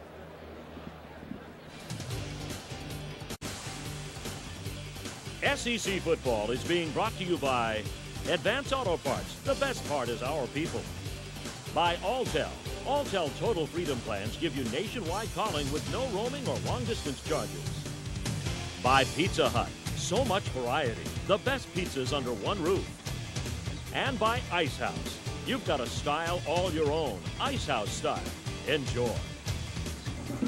Welcome back to Lexington. Louisville 10, Kentucky 7 at the half. Coach Morris, in the first half, you had your opportunities, but I know you were worried about the adversity test that your guys would face. Did they pass it in the first half? Well, I think so. We had to turn the ball over twice. The biggest thing we got to do is get our kids settled down and start executing on offense. Our defense has kept us close, and I think we'll make a few adjustments here at halftime. We'll get them going this half. What are we going to do about the quarterback situation? Shane Boyd, Jared Lorenzen, will they rotate or will there be one? See them both again this half. All right, Coach, good luck in the second half. Thanks a lot. Thank you. There is Jared Lorenzen. Shane Boyd moved the football team in his opportunity. Still seems somewhat loose. Let the play clock run out one time, and of course had the mishandled handoff. Yeah, that was the real killer in that drive. Louisville's defense facing New Mexico State in that option attack gave up 544 total yards, but today they've kept Kentucky in check. I mean, you consider this Kentucky offense last year averaged 445 yards per game, which was first in the Southeastern Conference. And Dave, there's two ways to look at yardage like that. If you're John L. Smith, you're looking over there and you're saying, hey, our defense held them to 89 yards and we're only up 10-7.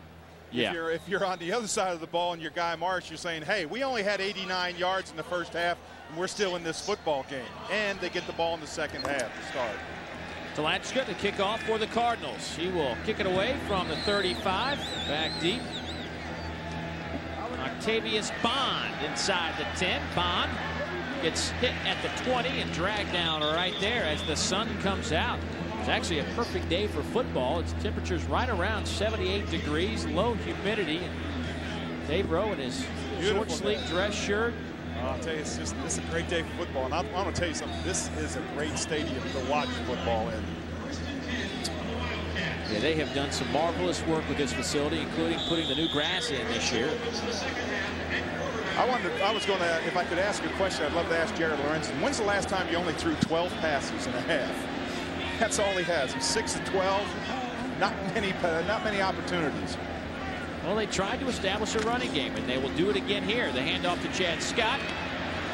Chad out across the 25 to about the 28.5-yard line. Freitag on the stop. The second tackle for Freitag out of Sacramento, California. The senior, 6'1", 225.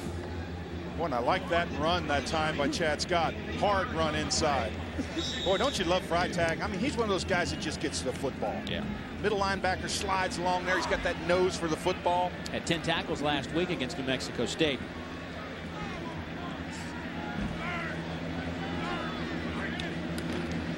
Here's Chad Scott again.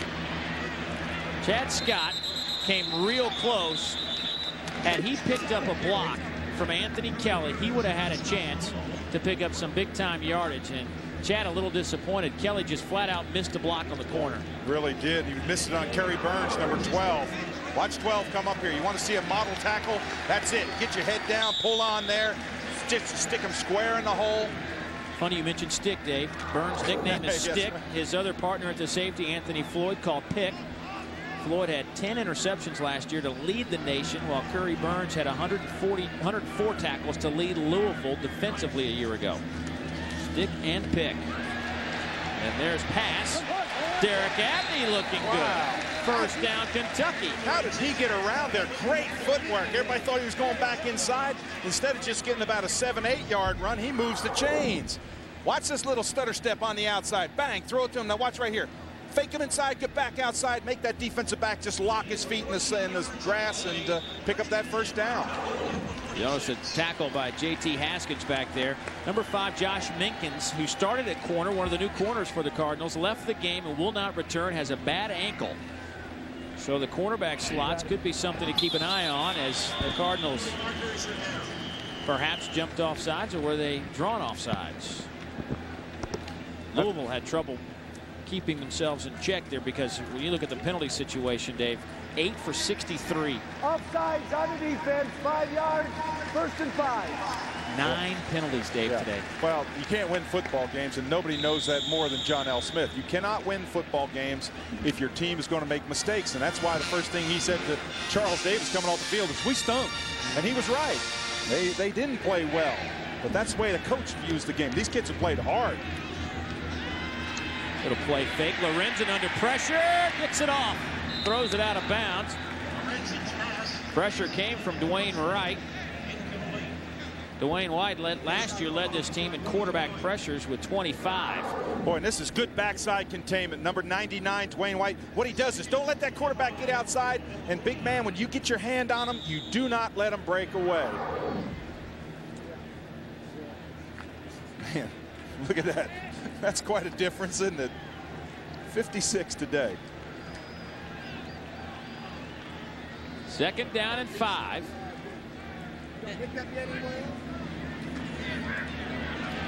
Lorenzen steps in the pocket, throws it long, looking for Sims. Ran out of room. Boy, you know, at that time I got the feeling Lorenzen wanted to run and then all of a sudden squared back up in the pocket. He brought it down, looked for that little seam, and it was, I should run, and all of a sudden he saw it going deep. But you just got to pull that football down and run with it sometimes.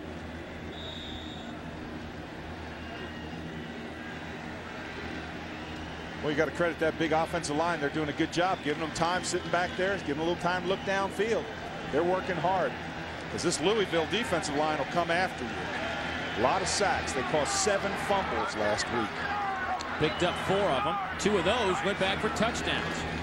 Lorenzen steps in the pocket as his man. Here comes Sims. Great speed. Ernest Sims, who took 180 yards against Georgia last year at Commonwealth Stadium. Nearly broke that one. 1st down Kentucky. Burns on the stop. That's his 5th tackle today. Well, there's 2 things about receiving. One is to catch the football. Now, look for that little seam back inside. Don't just go down. Just look for that seam. Keep on trying to set up some blockers. And that's what Sims did. This is just a little inside curl right there. Or I should say outside curl. Now, get the ball. Come back inside. Pick up a couple blockers. Get as much as you can. Oh, look at that. He drew him offside again. Hey, you can't do that. Scott Lopez jumped again. Well, you know, Dave, they didn't have an opportunity to do things like this a year ago out of the shotgun. Yeah. 95% of the time. Under center. 5 yards, 1st and 5. Under center, they now have an opportunity to draw the defense offside, keep them off on their toes. Let's go and check in with Charles. Now, one of the keys about Kentucky's coaching staff is they have a lot of pro experience. Guy Morris, of course, played 15 years in the NFL. He's got a few other guys on the staff. One of them, a 5-time All-Pro by the name of Harold Jackson, who's really helped the receivers, has them on the jugs gun every day. And Coach Morris says their hands have definitely gotten better. Haven't seen too many drop passes today. Picked on, nearly picked off. Oh, boy. Wow, that's throwing in trouble. Well, he kind of floated it. It didn't look like he threw a bullet. And credit Abney. I think Abney on that play played defender because he broke the ball out. That ball was in Chris Johnson's hands, number 33 on the protection. Left to your screen. Watch this. He's got it. Let's see if Abney doesn't get a hand in there. Least disturb it. Pull those arms apart. Again, Johnson's got it. Abney playing a little defense. The pass had a little bit of zip on it. Curry Burns, junior out of Miami, Florida. The handoff to Artus Pinner. He gets a couple of yards. He'll be shy of the 1st down. Boy, and this is going to be tough in here. 3rd down and 2. If you don't get it, do you go for it on 4th down? I just think you've got to get momentum on this offense. You've got to just come out and challenge them. Now, if you're in the defensive side of the huddle, you got the big hosses up front, that middle linebacker stepping in there saying, Freitag just saying, hey, ain't going to happen. If it's me, I run the ball twice. Now, of course, they come out, I'm sorry, they come out in shotgun. That eliminates the run. 5 wideouts? 4. 4 wideouts. Watch a blitz. That's Scott split out left. Lorenzen, flag down. Lorenzen scrambles, throws it up. Threw it behind his receiver Sims, but a flag is down. Maybe a holding call? Well, the flag was thrown way outside. It didn't stop the play. Right at the line of scrimmage. It almost has to be a defensive call because, again, it didn't stop the play. Offsides? Oh, boy. Defensive offsides. Oh, lining up in the neutral zone. That will be a 1st down. Boy, look at John L. Smith. You think you ain't seeing him smile right now. That is penalty number 11. Oh, think about it. That keeps this drive alive. On the defense, 5 yards. It'll be a first down. I wondered when they ran up on that single coverage, the two outside guys, if they were in the neutral zone. They lined up right in front of the receivers to play man-on-man coverage. One of them must have been standing in the neutral zone. Foolish mistake. They've chewed up 3 minutes and 10 seconds here in the third quarter. 8 plays, 52 yards. Very methodical with some help from some Louisville penalties. Well, when you come out and you drive the football like this, Dave, let me tell you what happens. You get a lot of momentum. Your defense is sitting over there looking at it. They're all pumped up. They're all excited. Now your offense is taking the pressure off them. You just want to keep it going. Pressure. Lorenzen gets hit as he lets go of the ball, and he gets whacked very hard. Dwayne White. You know, we've talked about the weight as we watch on this play right here. The ball he gets knocked down, but you know, that's quite a commitment. He was 308. He's 265. He told us some fun stories yesterday about that weight. It was a struggle. Let's check in with Charles.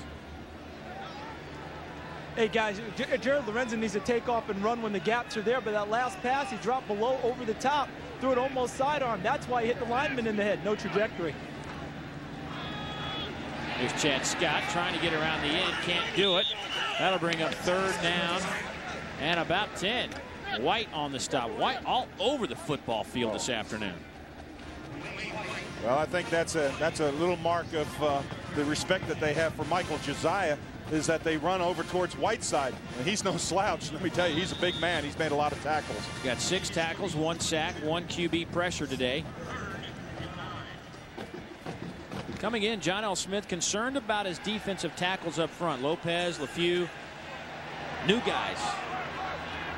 He can get some play out of them up in the middle.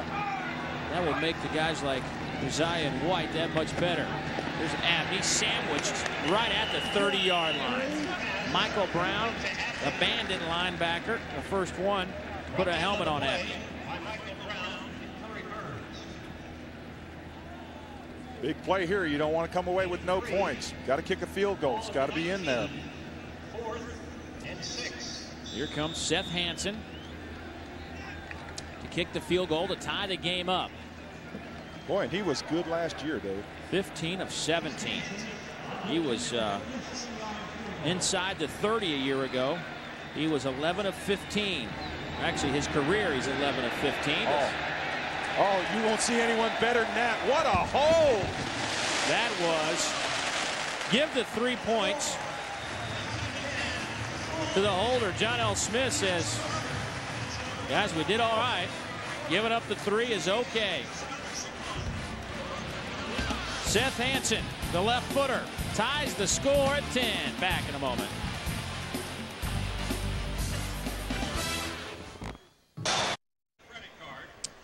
When the Jefferson Pilot Sports crew is on the road covering SEC football, we enjoy eating at Huddle House. We can order their big house breakfast and lunch platters anytime, 24 hours a day.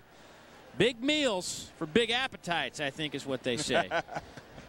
Let's go back to that hold. Glenn Pakalak is the punter and also the holder, and he really does a nice job, in catching it, but then saving his own hand. Well, did you see the way Seth Hansen came at the ball? He almost had to stop because the snap was bobbled a little bit, but boy, look at the first person you go over and grab. Grab Pakalak and say, great hold. Zeke Parker at his goal line. Zeke Parker out across the 30. There was a huge block down around the 5-yard line. Everybody's all right. Parker, 38 yards per catch today. That's okay. That's not bad. Yeah, right. Well, what they've done is they've almost ultimately eliminated Damian Dorsey and Deion Branch from catching the football. That's exactly what they do. And you have to credit Louisville. What they've done is they've made that adjustment. They're doubling on Branch. They're taking away the inside on Damian Dorsey. And they're leaving Zeke Parker one-on-one. And Ragone is just going to him. He's finding him every time. And speaking of Deion Branch, a 4-yard catch.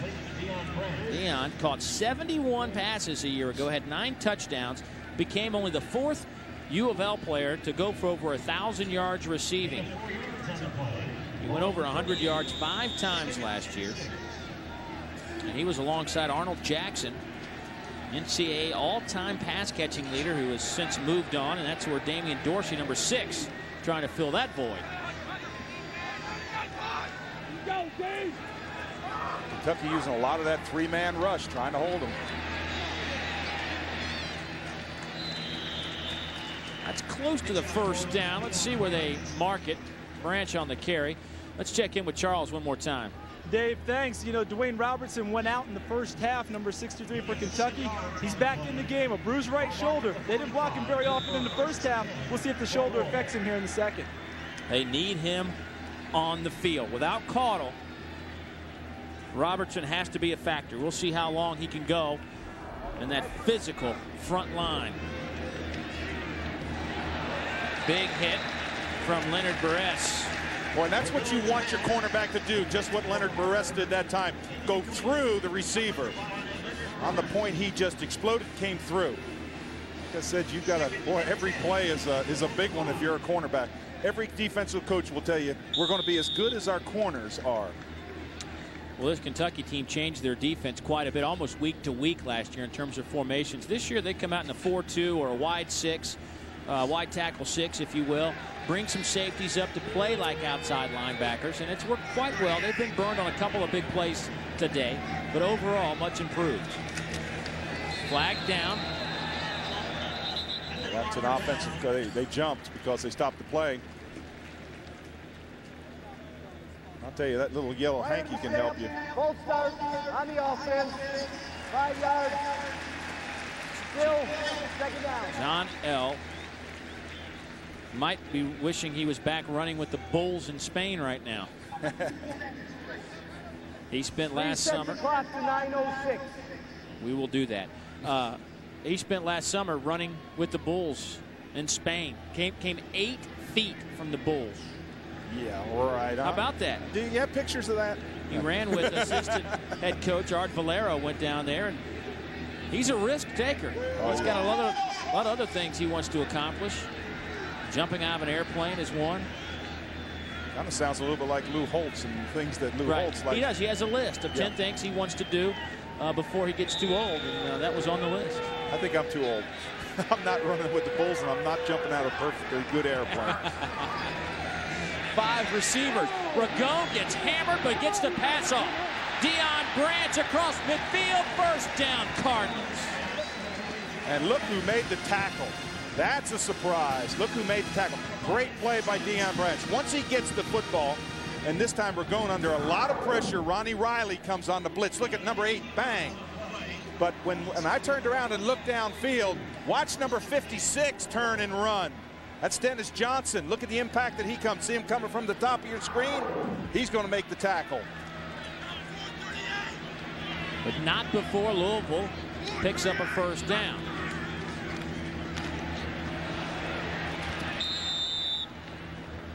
Well, we haven't talked about on the play. Yeah, we haven't talked a lot about Rob Ebel today, number 76. But boy, did he get a good block that time. He turned his man completely inside. The big guy, 6'6", 295 senior, playing strong, playing well. He just turned his man inside, just blocked him off. Great block. Noticing Deion Branch carrying the ball a lot. Tony Stallings, T.J. Patterson, Henry Miller, 3 running backs that carried the ball mostly last week. They're moving Branch back there to the tailback spot. But here's Ragone acting like a tailback. Dave Ragone inside the 20, inside the 15, down to the 11. The big man was the second leading rusher on this Louisville team just a year ago with 260 yards and 6 scores to his credit. Well, it starts off and Dennis Johnson misses him. But watch Burress miss him right in here. He just fakes him out, goes inside. Watch right there. Whoop, back inside. There goes Burress off to the left. Heck of a play. That's a 250-pound quarterback. Yeah, and if he gained weight and they think he's any slower, let him just highlight that one. But he just froze Leonard Burress, number 27. Just froze him out there. Put a move on. Keeps that drive alive. First and 10. Ball rest at the 11. Stallings back in the game. Breaks 1 tackle, but can't get it to the outside. Chris Gayton on the stop for Kentucky. They strung it out and finally brought down Stallings. Well, that's a good play that time. Grigsby that time. Grigsby just came across and just made him get to the outside. Grigsby's going to come in here, bang, he's going to block it, make it to the outside. Now look at this. You got to run a long way to come down and bring him down. That's what you want, those blue shirts flowing to the football. I like Grigsby that time. Come in, number 18 comes in, bangs, just seals off the inside, forces it wide, and waits for help. 2nd down and 10. Shotgun, Ragone pump fakes, goes to the corner of the end zone. Parker slipped down, no flag on the play. I think their feet just got tangled up. Yeah, that was going to be the fake pump on that little in and fade to the outside. It didn't work. Let's take a look at our Pizza Hut scores from today. Georgia at the half leading by 14 over Arkansas State as Mark Richt makes his debut at Georgia. Nebraska in a battle with Troy State. Virginia Tech finally putting some points on the board against UConn. Clemson and UCF in a good one. Tough start for Clemson with Central Florida, and Southern Miss in Conference USA action over Oklahoma State. Touchdown Cardinals! Late flag. I'm wondering if there's a hold. Ragone got popped, got the pass off, and Ronnie Gent took a hit. Touchdown Louisville, we think. Well, it's either a late hit or a hold. Roughing the passer. So Louisville scores. And Ragone is fired up. He took the troops by the throat and said, guys, let's get it together. Here's the late hit. Boy, just way to stay in that pocket. Big man, he's gonna play on Sunday soon.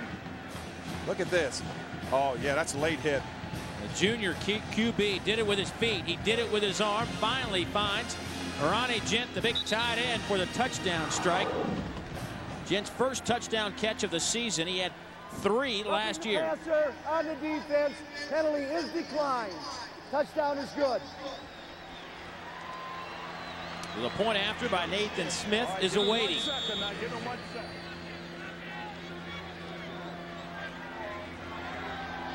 Saw about a half a dozen NFL scouts in the press box at halftime, and I think they are going to write something pretty positive about Dave Ragone. And Nathan Smith pulled it left. Oh, whoa, that could be big in a close game. And once again, special teams hurting the Cardinals. But Dave Ragone is doing all he can to help his club with a touchdown strike. Back after this message from Texas Pete. Hi, I'm Jeff Kent, and I'm here to talk about ESPN the magazine. You know, when they first asked me to do this, I was pretty excited. They could have had just about any athlete. So to choose me is really something. It's humbling to be able to give something back.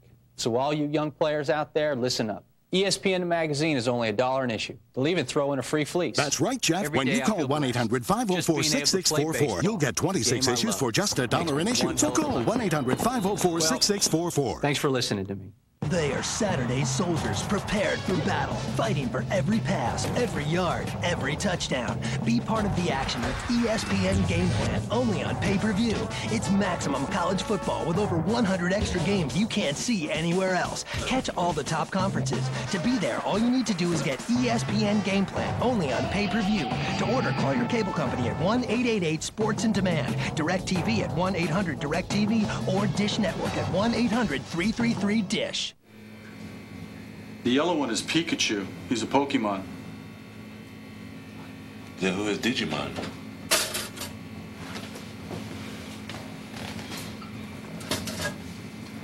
Thanks. Digimon is like a different group, wholly separate from the Pokemons. Thanks for clarifying that. Sure. Actually, Digimon means digital monsters.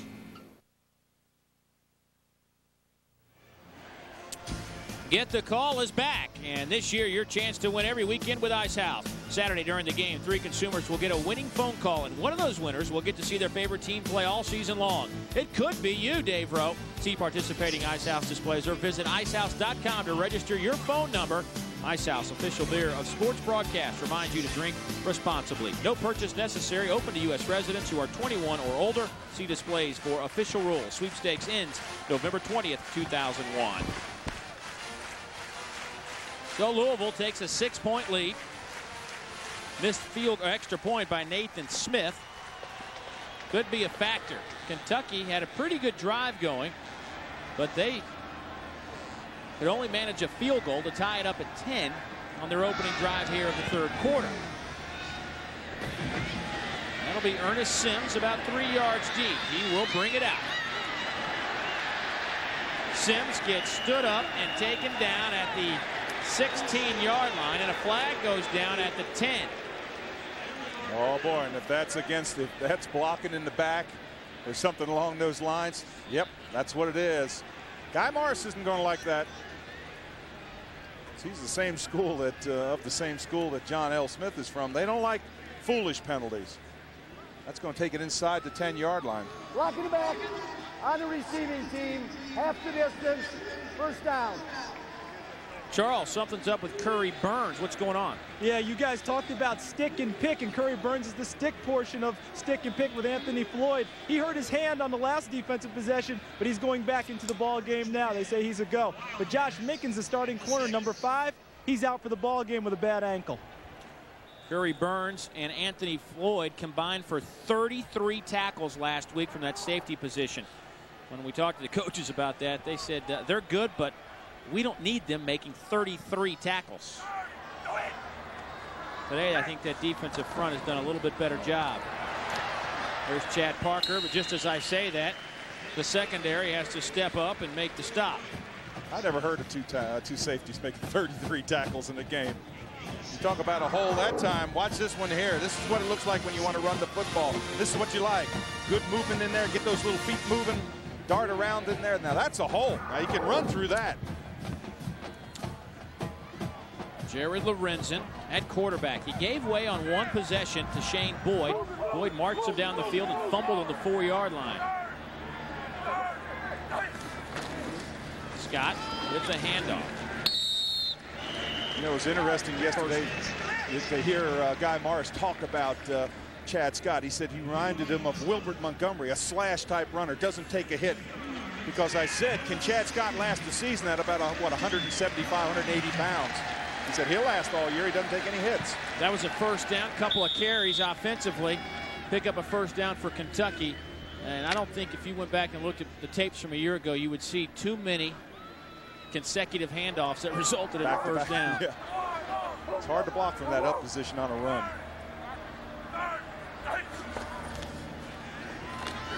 A lot of time. Lorenzen gets it back to the line of scrimmage, maybe a yard, brought down by White, who now has 9 stops this afternoon. As I look at Lorenzen, boy, what a difference from last year. You talk about 35, 40 pounds. His attitude was a lot better. He said, I got all kind of nicknames. The one I liked most was agile, mobile, hostile, and hungry. He said, not any longer. That sounded so much like you. It was unbelievable. I loved it. He said, I used to stop and get $2 less gas so I could get a big Snickers and a drink. Yeah. He said, no more.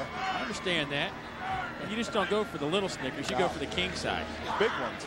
There's looking for a big play. Derek Abney pushed out of bounds. Or excuse me, that's Aaron Boone checking in. 13 instead of 12. Coverage on the play by Ronnie Galashaw. And I thought I saw a flag. What the official did was mark when he was out of bounds. Yeah, the official marks when he runs out of bounds. Watch the official. He's going to throw a little beanbag down there. You see him, yeah, see the beanbag come down in there. That just makes him an ineligible receiver. Derek Abney back on the field. Kentucky needs to get something going. They need to get the crowd back in this football game. They need to take some pressure off their defense. Pressure coming. Lorenzen fires a bullet. It's incomplete. That might have been one of the hardest passes Lorenzen has ever thrown. Boy, if you don't catch it, it's going to stick in you. The Cardinal fans in the end zone wearing all the red, excited about the defensive stand from their Louisville defense. Jared Lorenzen and company will go back and reassess what went wrong on that series, as they'll have to punt it away. Pakalak today averaging about 45 yards after 3 kicks.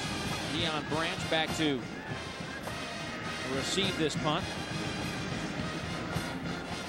It's a high kick. Branch lets it go, and it bounces out of bounds at the 44-yard line. Good field position for the Cardinals coming up. They lead it by 6. We've got 4:55 to go in the third quarter at a jam-packed Commonwealth Stadium and CM Newton Field. And John L. Smith hopes his team can eliminate the penalties, put some more points on the board. Back after a word from your local stations.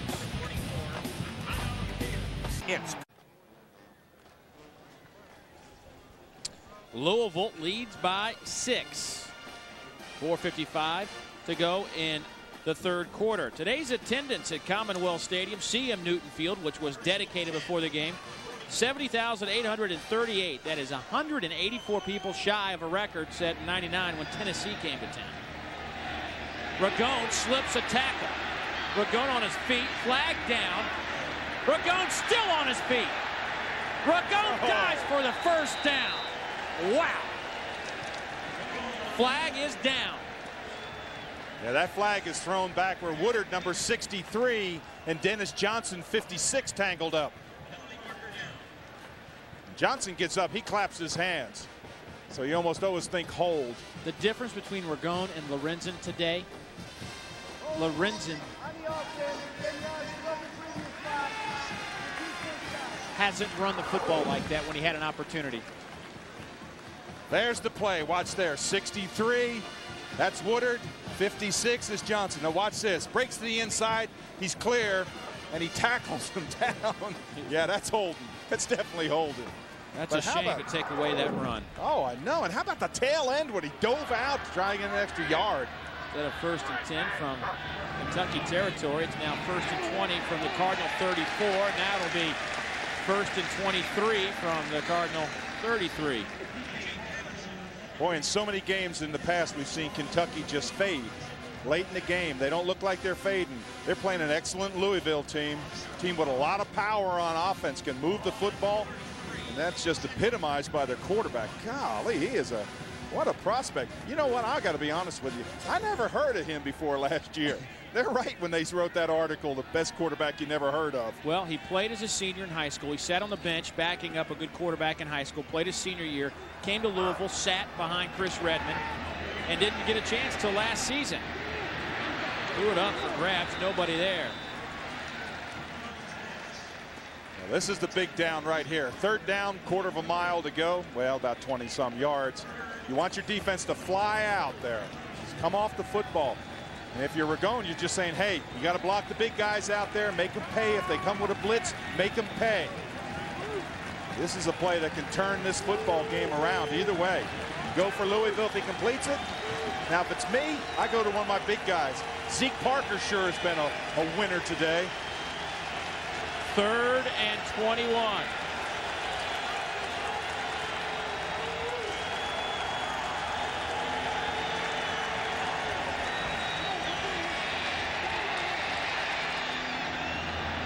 What a throw, but out of bounds is Parker. Ragone threw that ball about 50 yards across the field. Well, I watched Parker when he came down. He faked to the inside, tried to get that corner to bite on the inside. He's the last man on the outside. He's going to try to get him to bite inside. And then look at this. Throw all the way back and then take a good shot. Shots plural there. Well, look how close this is to the sideline. When he jumps up. Ooh. You know what? He's in bounds. Yeah, that was tight. That was a catch. Uh-oh, uh-oh. Snap bobbled, punt is away.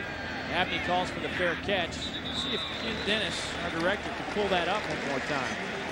All right, the rule is he has to have a foot in. Has to have a foot in. Let's watch it again. All right, does he get that the right foot? Watch the right foot right there. Oh! But now, wait a minute. Now, you see he's the shy of the first down by about 4 yards, but he had a foot in bounds. Good call there, partner. Good call. You're right on target. Shane Boyd back at quarterback. Lorenzen 8 of 20 today, 60 yards. Shane Boyd in his first work, 2 of 2. Hands it off to Artus Penner. Gets hammered. No gain. Josiah on the stop. You know what I'd like to see Shane Boyd do that time? I'd like to just see him take that football and run with it. There's Josiah coming down the line. That's what you got to do. Play from inside out. You're the defensive end. You make sure everything's inside. And the minute you see it equal to you, you dart down the inside line, make that tackle. There's another. Talk about pros prospects, and everybody talks about that. Josiah is one of them. Michael Josiah he's a hoss out there. Yeah, the 40 pounds of added weight certainly made him an NFL prospect now. Ooh, little shovel pass. Out to the 41 goes Dougie Allen. Gets hammered there, but picks up about 5. That'll bring up a 3rd down and relatively long. Well, that's a dangerous play when your quarterback comes out here. Now watch, he throws underneath the defensive player. See how the defensive player just turns around? But you got to credit Louisville. Look at the number of white shirts getting to that football. They run quickly. Now this is where, with a Shane Boyd, you can pull that football down and you can run for the first down if you get a seam. 2 of 8 today, 3rd down conversions. They face 3rd and 4. Boyd trying to get the corner. Oh. First down. You see the great foot speed from Shane Boyd. 6'2", about 225 pounds. The redshirt freshman out of Lexington, Kentucky. Drafted by the Minnesota Twins in the 13th round of the 2000 Major League Draft. Now he has to know exactly what he has to get. He had to make about the 46-yard line. He stretched for it and made it perfect. There was no toss intended there. He just zeroed in on that first down flag and made it. 1st and 10 from the 47. Boyd nearly stumbles out of the pocket. Threw it right into the hands of Curry Burns. Boyd never got settled and let it sail right into the hands of a Louisville defender. That's the first interception of the season for Curry Burns. Well, it's so hard for a right-handed quarterback to come out to his left and on the run throw across his body. And look, he never gets squared. He's throwing kind of awkward, and the ball just sails. He's open there, but look at Curry. Looking the ball in, just comes right back underneath. He was in great position. Number 2 tackler, number 1 interceptor. Michael Josiah goes over and says, we'll see you again in a little bit. Yeah. Go ahead and get you a drink of water. We'll be right back. Look at the forced turnovers. Louisville, 2nd best in the nation last year with 38. 4 recovered fumbles last week, or I should say 10 days ago. 3 turnovers today. Good move there by Dennis Johnson. Inside, give up on your guy, hard rush to the outside, come back underneath, make that tackle. He's a force, he's back. Dennis excited to play. When we spoke with him yesterday, he just couldn't wait to get back on the football field. He said, I couldn't even watch the games last year. He said, I hurt so bad, I couldn't even watch them. At times, it was tough to watch Kentucky football. It hurt us. Yeah, we were here a couple times. You just hate to see that. You know, people love to see defense. You want to see offense, you want to see scoring, but you don't want to see your defense that's just giving up 400 or 500 yards a game. And not today. This team is playing like their coach. Louisville, they're a solid football team. They're going to be a real factor. There are a lot of positive signs. There are some yards. Dave Ragone's putting up some yards, but remember, they could be facing the best quarterback in the country right now. Parker gets hit just across the 40. They'll spot it at about the 41.5. 42-yard line is where they needed to get to. The crowd boos the spot. Let's see. They're going to bring the sticks in. I think, ooh, they do boo the spot. I think that's going to really be close. I can't even call this one.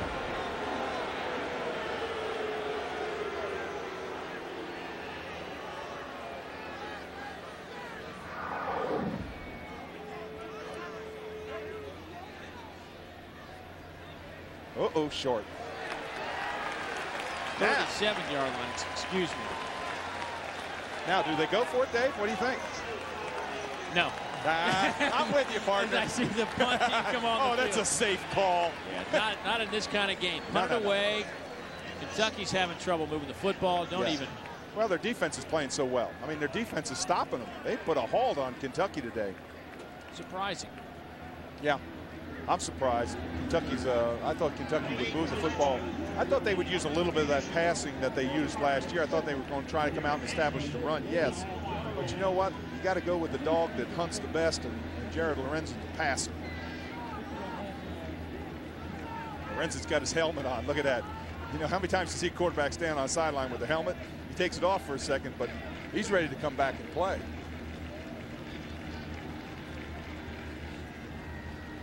The goal was to get Shane Boyd some reps in-game action just in case something would go wrong with Jared Lorenzen during the season. You don't want to throw Boyd out there having never taken a snap in front of a full house. Sure, absolutely. So that's the goal. I think they've accomplished that. And the clock winding down here in the third quarter. There's about a 4-second differential between the game clock and the play clock, so we will move to the fourth quarter. And Louisville will punt with the wind at their back. Leading by 6. Guy Morse's football team hanging in there with a real good Louisville club. Back with the fourth quarter on Jefferson Pilot Sports right after this. Catfish, what a great arm.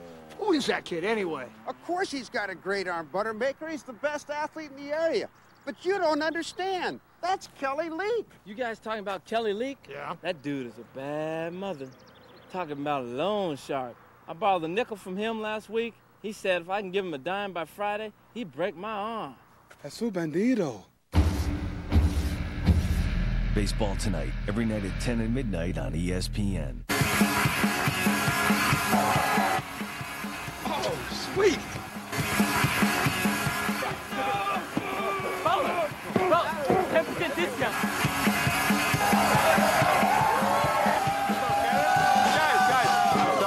You're not the game day band. We are the game day band. And we're back. Big Ten football. College Game Day, Thursday nights at 7 on ESPN. You gotta have fun. A little bit of celebrating does not bother me. The game itself is fun. These are great athletes playing the game of football. That's a celebration. That's fun. That's because you ain't got no rhythm, man. It's about individuality, Chris. It's called professional football. Act like a professional. Stop talking about professional and organized and disciplined. They're kids. Let the kids have some fun. I'll show you some fun. Oh, no, he didn't. No, he didn't. No.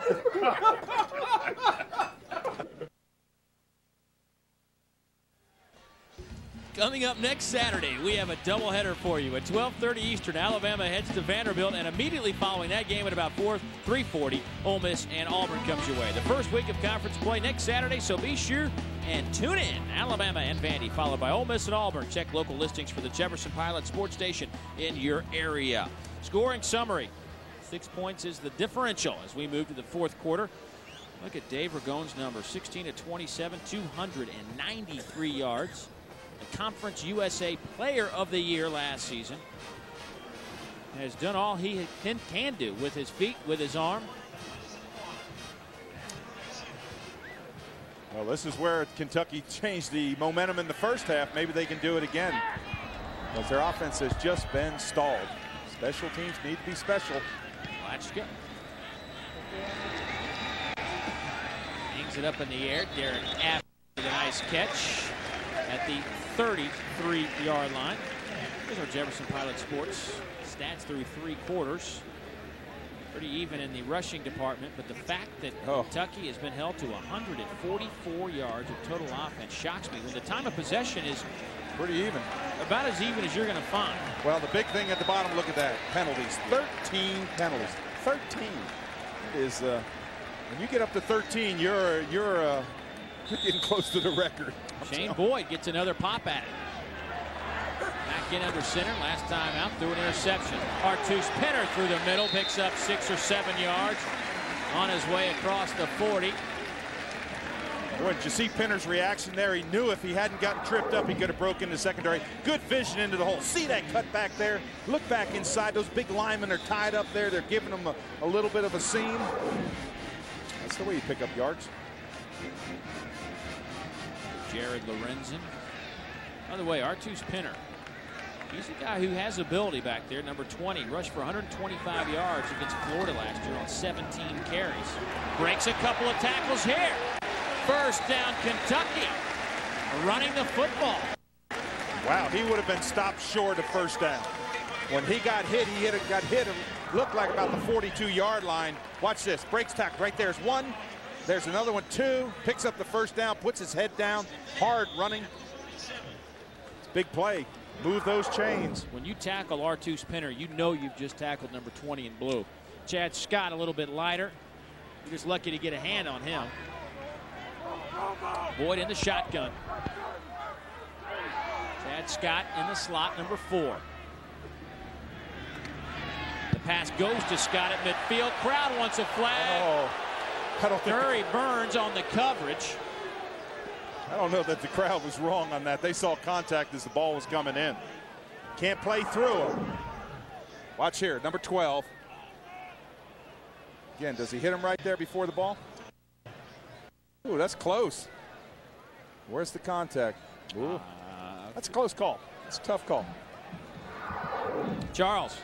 Dave Rowe, I thought you were a defensive guy. What do you mean interference? I am, but I'm not a defensive back like you, Charles. Come on. Oh, look at defensive backs. They stand up for themselves all the time.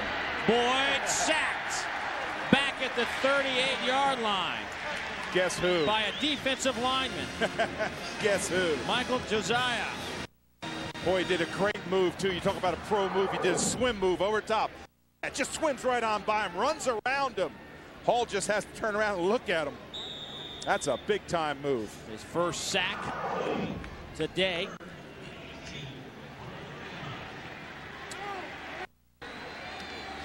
The Mummy era. Look at the play selection. My goodness, about 50-50 today. Under how Mummy was 77% passing, 22% rushing. I would say we've got a new head coach and a new philosophy. Well, a lot of time. Good night. He threw that thing 100 yards. There's nobody open down there. He just rocked at that. I think Ernest Sims was the intended receiver, but he was so far away from the ball, it's hard to tell. I couldn't tell who was open on that. Ball may have floated on him, but it had some trajectory behind it. Well, that'll bring up 4th down. Kentucky has just opened up with a pretty good drive that resulted in 3 points here in the second half. Since then, it's been basically nothing. Yeah, 3 and out. You can't put that much pressure on your defense, especially when Louisville has such a potent defense. Bakalak with a big spiraling kick. Taken by Branch down at the 22-yard line. 16-10 is our score in Lexington. A beautiful day for football. We've got a good one. Come back with us.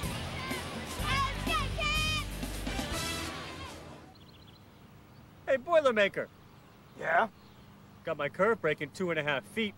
Oh, yeah? Then you have been practicing, huh? But don't give me no baloney about a curve breaking 2.5 feet, though. For how much? $10? Make it 20. We got a bet.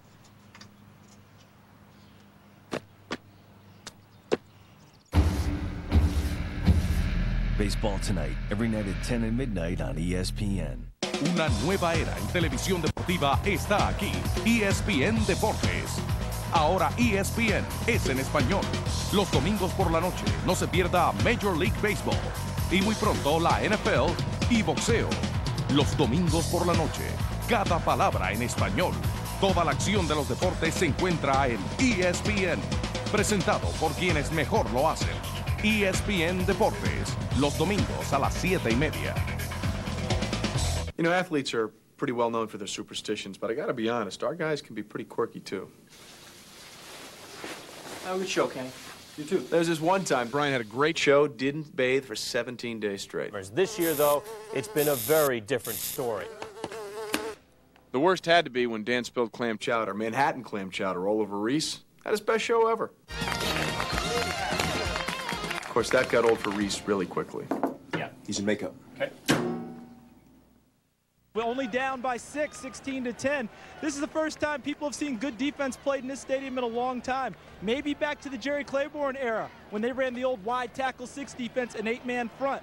John Goodner, the new defensive coordinator, he brings a new philosophy. They call it a 4-2 with outside safeties. But Guy Moore said he wanted to see more defense, and the type of scheme is an 8-man front again, just as they did during the good years during Jerry Claiborne's time. Guy Morse, 13 years coaching, 15 years playing. You see some of the cards. He went to the Super Bowl with the Philadelphia Eagles. Hey, bro, you have that card. Yeah, I showed it to him this morning. He told me, he said, let me tell you, when you're a coach, that and a quarter will get you a cup of coffee. Great guy. Just one of the great guys I played against. Ragon's pass is caught at the 28-yard line by Deion Branch. Did you see that catch? Just goes back behind him. The ball's thrown behind him. Those great hands, reaches out and just snags that football. That's what makes him so great. College football fans, visit Huddle House and play our fantastic football game where every scratch and match card has a winning combination. Thousands of prizes will be awarded, including a new Dodge Ram Quad cab truck. Come on in and try your luck. How do I get a card? I guess go Huddle House. Dave Ragon just gone over the 300 yards, 17 to 28 today for 301 yards. A couple of touchdowns, no interceptions. Last week, of course, Dave, this is you. How about this? Helmets are stuck together. Yeah, they got their face masks locked in there. Officials timeout. Okay. And if you're a Kentucky guy, I can't think of anything worse, and vice versa, than having your helmet stuck against somebody from Louisville. And they probably know what each other ate for breakfast. They got their helmets. Maybe they went to Huddle House. Maybe they. Hey, it's being locked up. You know, we talked a lot about changes. Who is that down there? Dennis Johnson? Might be. Rob Ebel and Dennis Johnson. Ebel, the 95-pound senior out of Marietta, Georgia, locking horns with Dennis Johnson. There's where they get locked, right there. Right there, look. Up. Can you get up? No, I can't get up. Get off me, man. I can't get off. Get off me. Take your helmet off. A Louisville guy attached to a Kentucky guy. You don't see that very often. That's just I will say this. They had a golf tournament yesterday to raise money here in Lexington. Tubby Smith a part of it. Rick Pitino also a part of that. A great crowd. It was a great turnout and raises money for charity. And it just goes to show that these two schools may not like each other on the field, but off it, they respect each other. Tough catch. Damian Dorsey couldn't hold on. I should say easy opportunity for a catch. He just couldn't hold on. You know, a little speaking of Rick Pitino, a lot of people, a little animosity here in this state about Rick Pitino going over to Louisville to coach the basketball team. I'm anxious for that Wildcat Cardinal hoops game coming up in the fall. But if somebody flew a banner overhead at the stadium a little while ago. I know. Said Trader Rick. You know, you were talking about that, which car you'd love to have to drive. I can tell you, buddy, in your current condition, being engaged now, you will not drive the new car. You'll drive the old car, whichever two you have. So congratulations to you. Thank you very much. Kept in the league with an Ole Miss lady. Ah, yes.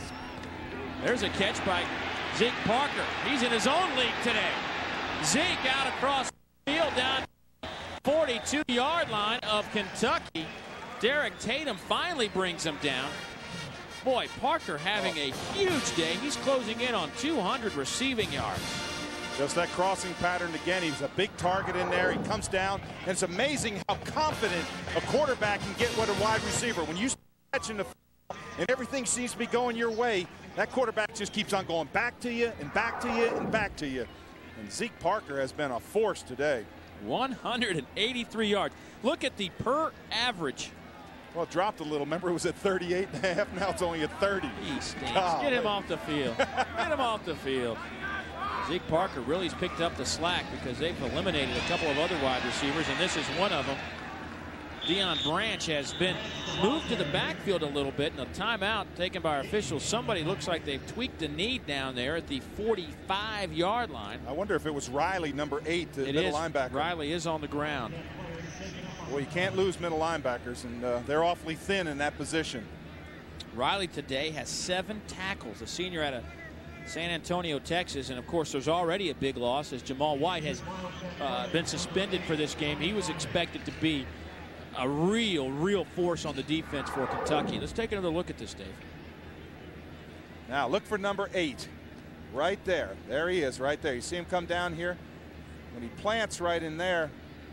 Oh, look at him go down there. Like just kind of bent up underneath him. What he was trying to do is trying to make that cutoff block, middle linebacker running behind the play, and you try to just make that cutoff, make him turn back, and he did, but that leg went out. And this is a beautiful field. I mean, this grass is marvelous. You talk about nice, flat. Just lost his footing. Riley, team captain, selected by his teammates, plays with a lot of emotion and really came on strong. He started the last 5 games at outside linebacker last year, and then they decided to move him to the inside this year. Let's take a look at our Pizza Hut scoreboard for a moment, get you updated on what's happening around the country. Georgia up by 3 touchdowns now in Athens. Nebraska finally putting it together against Troy State, but I don't think they expected that kind of game. Virginia Tech puts a 52 spot up on the board. Clemson over Central Florida. Southern Miss gets by Oklahoma State. Going to be a real race in Conference USA this year, Dave. East Carolina, Southern Miss, Louisville, the top 3 teams. People expect Louisville to defend their championship from a year ago. John L. Smith has taken them to 3 straight bowl games. And I'll tell you one thing. I'd ride that left arm of Dave Ragone. Oh, wow, he's super. Good to see Riley walk off the field. You don't do that if you've torn things. Blitz on second down, fires, completes. Deion Branch breaks a tackle. Deion Branch down inside the 10, dragged out of bounds at the 5.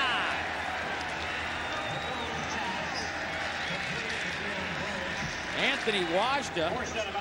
He's the one that missed the tackle. Had his hands on him. Finally, Cumbie brings him down. Look at this cushion right here. When he turns up, you don't see the defensive back. Look how far. The defensive back's playing at least 6 yards. You just cannot give that much cushion. If you're going to have a, you have to come up, have to take a little bit strong coverage position and hope that your defense gets there before he breaks it out wide. But you can't play off these wide receivers like a Branch 7 yards. Branch, of course, originally signed out of high school with Florida, went to junior college in Louisville, and John L. Smith happy to have him here in the Commonwealth. Over the middle, ball's in the air, drops at the 5.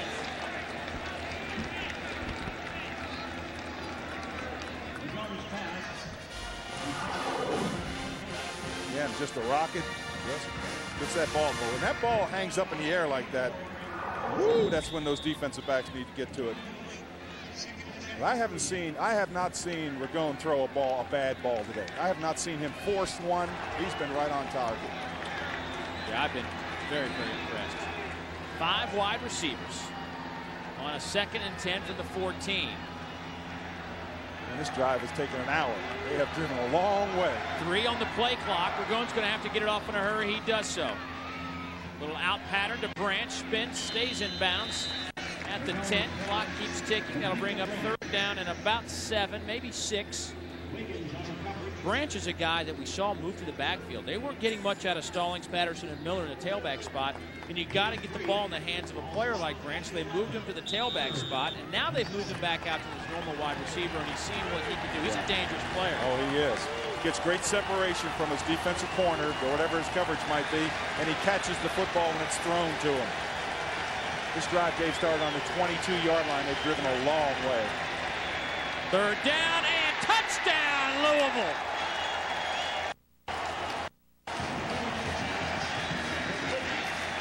Ronnie Gent with his 2nd touchdown catch of the afternoon. Boy, and when you catch him right in stride, that's exactly what Gent did that time.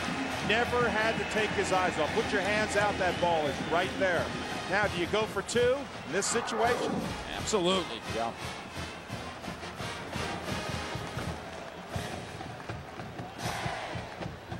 Look at that, just right in stride, ball just clean there. That's just pitch and catch.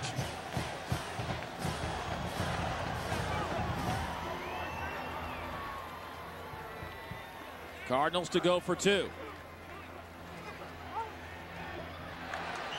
Ragone tried to force it into the corner of the end zone looking for Zeke Parker. Incomplete, so 22-10 is our score. A drive that started at the Cardinal 22 ends with 6. Back in a moment. Dave Ragone has set a new career in yardage, 21 of 33, 368, and a big reason is his favorite target today anyway, Zeke Parker. Boy, and Parker has been unbelievable. 6 catches, 184 yards. He catches about 35 more. He breaks the record. He went for 159 against Memphis last year, so a new career high for Parker, a new career high for Ragone. It just shows you the depth offensively that this Louisville team has. I mean, they shut down. Anytime you can shut down Deion Branch and Damian Dorsey, yeah, you're doing a pretty good job. You better believe it. But you know what? You got to now worry about Zeke Parker. This guy's got world-class speed. He's a great high hurdler. And now he shows he's got great hands. Well, and give credit to Ragone. I mean, he comes off as primary receiver. You know his receiver is not Zeke Parker out here. It's Branch, it's Dorsey, it's going like that. And all of a sudden he comes off of them, they take them away, and he makes the adjustment, makes a hero out of Zeke Parker. Sims brought down as he crosses the 10 in the Louisville section, and that end of the field is a little bit different than what we see from the fans in blue. Flag is down.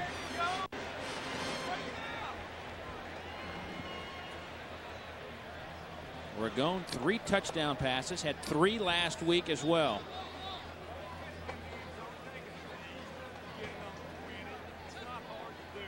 Dick Honig, our referee today, is. I thought he was going to tell us what the flag was. There he goes. Sideline warning on Kentucky after the play. We waited that long for that? Dave, look at these numbers. This is as shocking a graphic as I have seen in a long, long time. Quarterback comparison, 94 total yards passing for Kentucky. They have been. It's unbelievable. 11 completions. I mean, nothing like I have seen. Oh, no. And, you know, we expected some different aspects to this offense, but going from almost 300 again. Football. Louisville's got it. Louisville has it inside the 10. Now, did Lorenzen pull out too fast, get his hands out of center? It almost looks as if it goes back in. He almost ducked back in again. Boy, and for Guy Morris, that's a tooth crusher. See if he doesn't pull out too quickly. Can't get in there. Heads up play. LeFew recovers that, number 48. 2 fumble recoveries, 2 interceptions by this Louisville defense today, matching last week's total of 4 turnovers. All 4 of the turnovers forced last week resulted in touchdowns. They have a chance to capitalize here. First and goal from the 10. Don't think they can get a first down. Maybe they can. It's hard for me to see. I think they can get a first down without scoring, but it's very, very close. It is close. I don't think that they're thinking first down, though. I think they're thinking touchdown. I wouldn't be a bit surprised to see them go back to their tight end. Jet was just so wide open. He's a big target across the middle. Lorenzen talked about how difficult it was for him to get used to going back underneath center this year. He hadn't done it since his junior year in high school, and that's one of the results. Not doing it every day. Touchdown Cardinals. TJ Patterson goes in from the 10. His first touchdown this season. And the Cardinals are breaking it open. Well, it's an interesting call. It's a handoff where you pull everybody to the right. They pulled the guard, the tackle, even the tight end came along with. Look at the line leading them up in front there. Of course, Kentucky thinking pass in that situation. Look at this. Pull all 3 of them. Look at them all 3 pulling. That looked a whole lot like the touchdown that Tony Stallings scored in overtime last year to win the game for Louisville, except he did it from the 25. The same kind of play. Extra point is up and good by Nathan Smith. That makes it 29-10. TJ Patterson, the sophomore from Florence, Alabama, putting his stamp on this one. Back in a moment.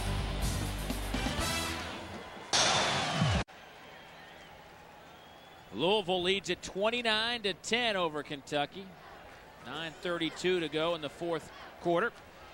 Fans, jpsports.com has the coverage you want. No one knows the SEC like JP Sports, and we bring the information to you online. Tune in each week for previews of upcoming games, broadcast information, and many other exciting features. For the inside scoop, log on to jpsports.com. Dave Rowe, you still got a column going? Oh, I write a little bit. Yeah, every once in a while. TJ Patterson taking a little breather after scoring his first touchdown. Louisville has been a dominant second half team. Last year they posted a 216-93 advantage over the opposition in the second half. And today it's 19-3. And they did the same thing last week. New Mexico State, they outscored them 22-0.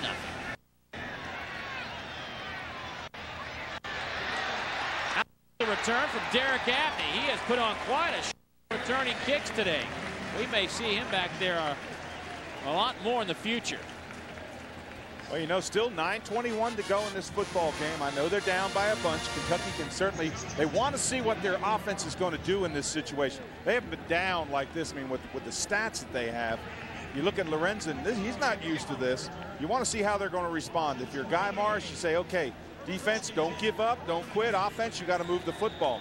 But the offense has taken no pressure. I mean, they put all the pressure on the defense today. They have not moved the football with any consistency. Defense has played just about the whole game.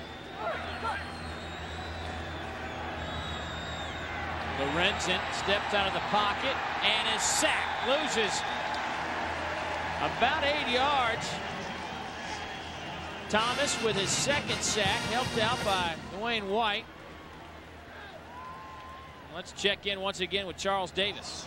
The news on Ronnie Riley is a strained knee. He's not expected back for today. They're hopeful to get him back down the road. And as you guys saw, with the lack of depth, Jamal White is out being suspended. They had to go to a true freshman, Dustin Williams, who was beaten for the touchdown pass to Gent. Kentucky had a chance to have quite a few players suspended, but appealed some of these, got some players reinstated, and I believe rightfully so. Chad Scott gets some of that back. That'll bring up. Well, I can tell you how hard that is when you get players suspended, Dave. That's tough. Third down, about 5, 6. Makeable. Yeah, third down and 5 now. Shotgun, no huddle for the Wildcats. Lorenzen just throws it up in the air. Michael Josiah was just hoofing it right in the face of Jared Lorenzen. How does Josiah get to the quarterback that quickly? Well, he's got long arms. He keeps people away from him. Everybody who's ever rushed a quarterback will tell you that's such an advantage when you can keep that defense, that offensive player from grabbing into you. And that's what he does. He's a big-time prospect. Uses it. Great strength in that upper body. Quick feet. Kind of quiet today. 4 tackles, has a sack, compared to Dwayne White, who has 11 tackles today. Wow. And 2 sacks. Been number 99's day on defense. Macalack to punt it away. And the kick makes Branch come to the near side. Branch across the 30 and run out of bounds. Don't forget, doubleheader coming your way next week. I will be heading to Nashville to check in with the 25th ranked Alabama Crimson Tide, who play later tonight at home against UCLA. Dave Rowe, they're sending him over to Auburn.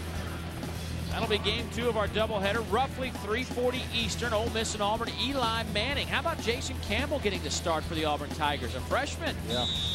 Well, I'll tell you one thing. If Tommy Tuberville can do the magic that he did last year, I mean, that'll be tough when you lose Ronnie Daniels, Rudy Johnson, Laird.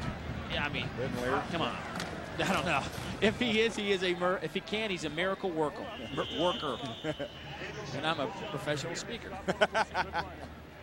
Well, he had the magic last year. Boy, Rudy Johnson, and he didn't have to leave early either. Golly. Left as the end of his junior year. He had another year of playing. I'm anxious to also get a look at Eli Manning. I think Ole Miss might be better than what some people expect.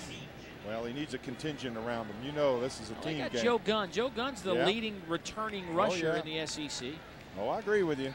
I'm glad to see Joe Gunn get a chance without Deuce McAllister, always having to play in his shadow. I should say second.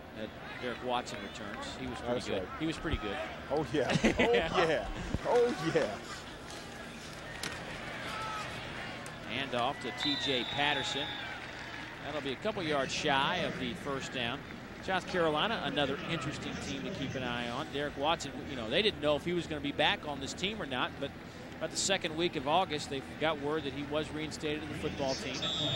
They need him. He's been fighting a hamstring problem, but appears to be somewhat healthy enough to really get that South Carolina team over the hump and consistently at that high level. Ooh, that's some stats. We can talk about a high level. That's high. No interceptions, 3 touchdowns. I wonder if he's going to think that this is a good day today. So last week it wasn't a good day. Patterson having a good fourth quarter. Cumbie finally tackles him. That'll be a first down. A gain of 17 yards. Dennis Johnson looks like he's getting a little worn down. Yeah, they've been out there a lot of plays today. They have run all over the field. They played with a lot of heart. You do see the difference. There is a big difference in Kentucky. They're playing with a lot more emotion on defense, a lot more heart. You know they're on the bottom end of a 29-10 score, but you see a lot of things on the defensive side of the football that are strong.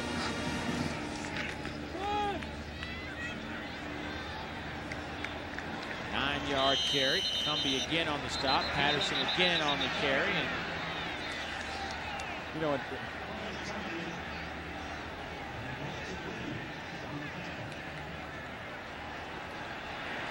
and the flags are flying now. Dennis Johnson might have just picked up a personal foul.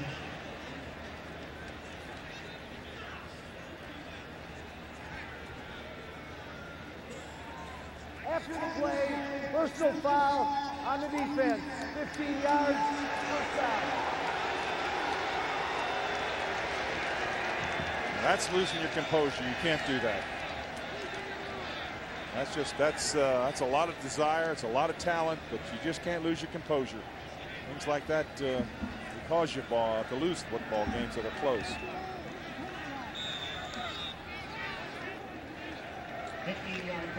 Well, they'll march the 15 off. Now it'll bring up 1st and 10 from the 18 for the Cardinals.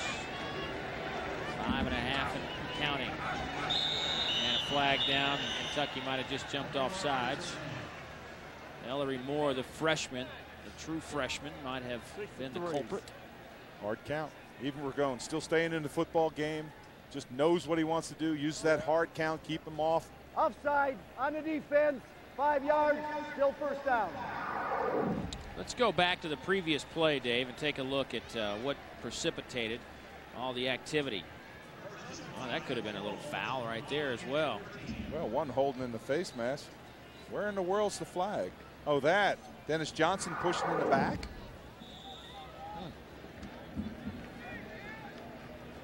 Tony Slatter, the tight end, Indianapolis, Indiana.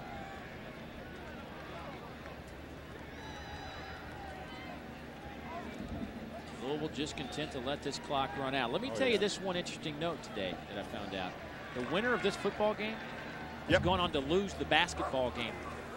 Oh, is that right? How many years? Every year they played this series. Since they renewed it in '94. How about that? I just saw Dwayne Robertson. I think he went down again with that shoulder. He's back up again. Bring him over the sideline. Yeah, and Ken Dennis says in my ear, wait a minute, that was his right shoulder before. This time was his left. Ooh, that's a good one, Ken. Thank you. Dwayne's had a nice game with 7 tackles. He's played hard. Boy, he's a force in there. Rob Reichley, our producer, Ken Dennis, our director, Todd Manhinnant, whatever he does, he's back in the truck. We like to call him our associate coordinator. The rest of the crew, good to see all the people from Jefferson Pilot Sports after a summer off. 10th season. Back to speed. We're ready. Well, you couldn't ask for a better day than the day. This has been beautiful. Pizza Hut scoreboard. Georgia opening it up now against Arkansas State. Nebraska late in the 4th, 42-14 over Troy State. Virginia Tech over UConn. 52-10. Clemson. I knew that was going to be a tough game. They got the lead. Southern Miss over Oklahoma State. That is a final score. Some other big games today. Alabama, UCLA, Miami, Penn State.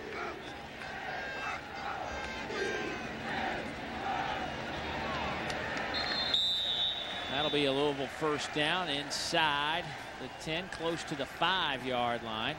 Clock running. Stopping at 3:26 as they will move the chains. Patterson on the carry. Let me tell you an interesting one. Dwayne Robertson just came back in the football game.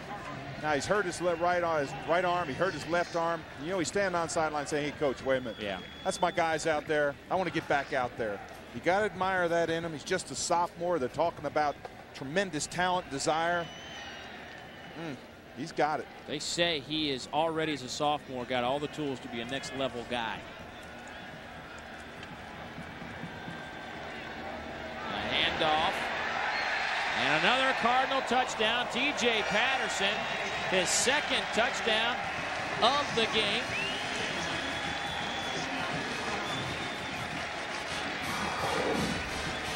I know Stallings is good, but I'll tell you one thing. This young man runs under control, got a long stride, and he makes big runs. Look at this. Lines up his blocker really well. Gets to the outside. Again, just sets up his blocker. Good blocks up front.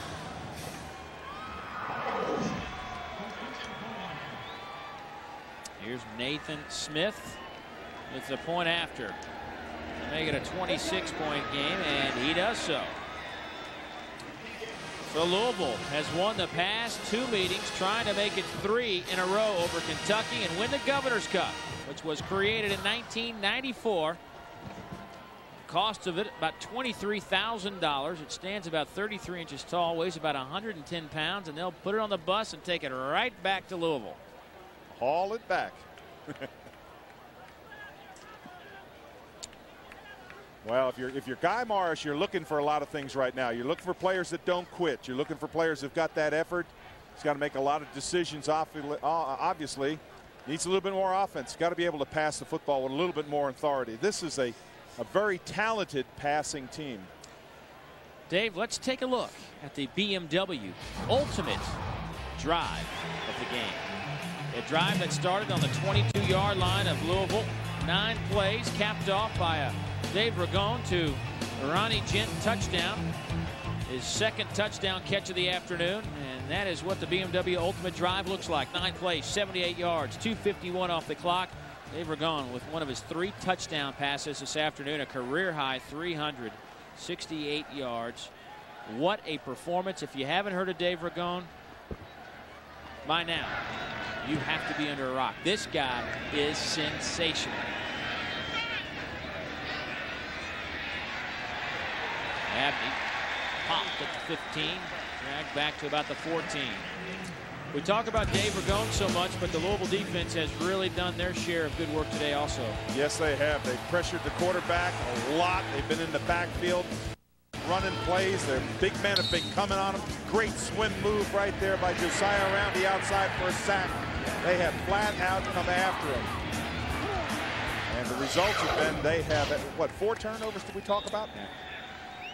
Last week, remember, they gave up 544 yards to New Mexico State. They have given up 153 today to Kentucky, the SEC's total offense leader in 2000. That is pretty good. Picked off, nearly picked off. Wow. Ooh, that looked like the 5th turnover today. Kerry Rhodes, the freshman out of Bessemer, Alabama. Boy, Louisville really went down to Alabama and recruited quite well. Well, you can't zero in on a wide receiver. And that's something that Jared Lorenzen should know. Because when you do, that defensive safety makes that reaction like that. I got a question for you. Under center, he says the game was a lot quicker for him as opposed to being in the shotgun. Do you think that's had an impact on him today? Oh, yeah, definitely. He's right. As far as when you're in a shotgun, you see things. You got a lot of time to look downfield, look off receivers and things like that. When you're in the center slot, you're taking that snap out from center. You're running back, doing a 3 to a 5 or 7-step drop to get back into your pocket. Then you get to look. So it's a lot quicker game. But he said that he caught up with it. He said he feels comfortable with it. Of course, the advantage to taking a snap under center is that you have the threat of a running game, which you have no threat. The only play that you can do from a shotgun is that underneath handoff where it's almost like it's a draw. Lorenzen, just one of his last 6. Connects to Chad Scott. Out across the 30 to the 34. Under 2 minutes to go in the contest. The stadium has emptied out of a lot of blue shirts, and a big hug to the head coach John L. Smith, who will win his 3rd straight Governor's Cup. He has done a remarkable job at Louisville, and he's the kind of guy you'd like to play for. Well, you know, I think that was Zeke Parker he was hugging. I think I'd hug him too. Throws it out of bounds. 2nd and 2. And they dump the water on John L. He said he got the L. Nope, this is when you're totally caught off guard. Yeah, right, guys. Woo, is that cool? Well, John L., you wonder why we call him John L. Well, when he was at Weber State, there were a lot of John Smiths. John G., they gave him John L., and it stuck, so he's just kept it. He said he liked it, sounded good. Yeah, why not? John L. Smith.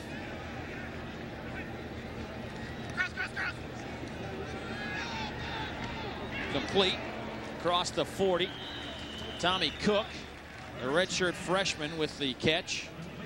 Across the way, Guy Morris in his first game as a head coach. I think we've seen his stamp on this football team very early.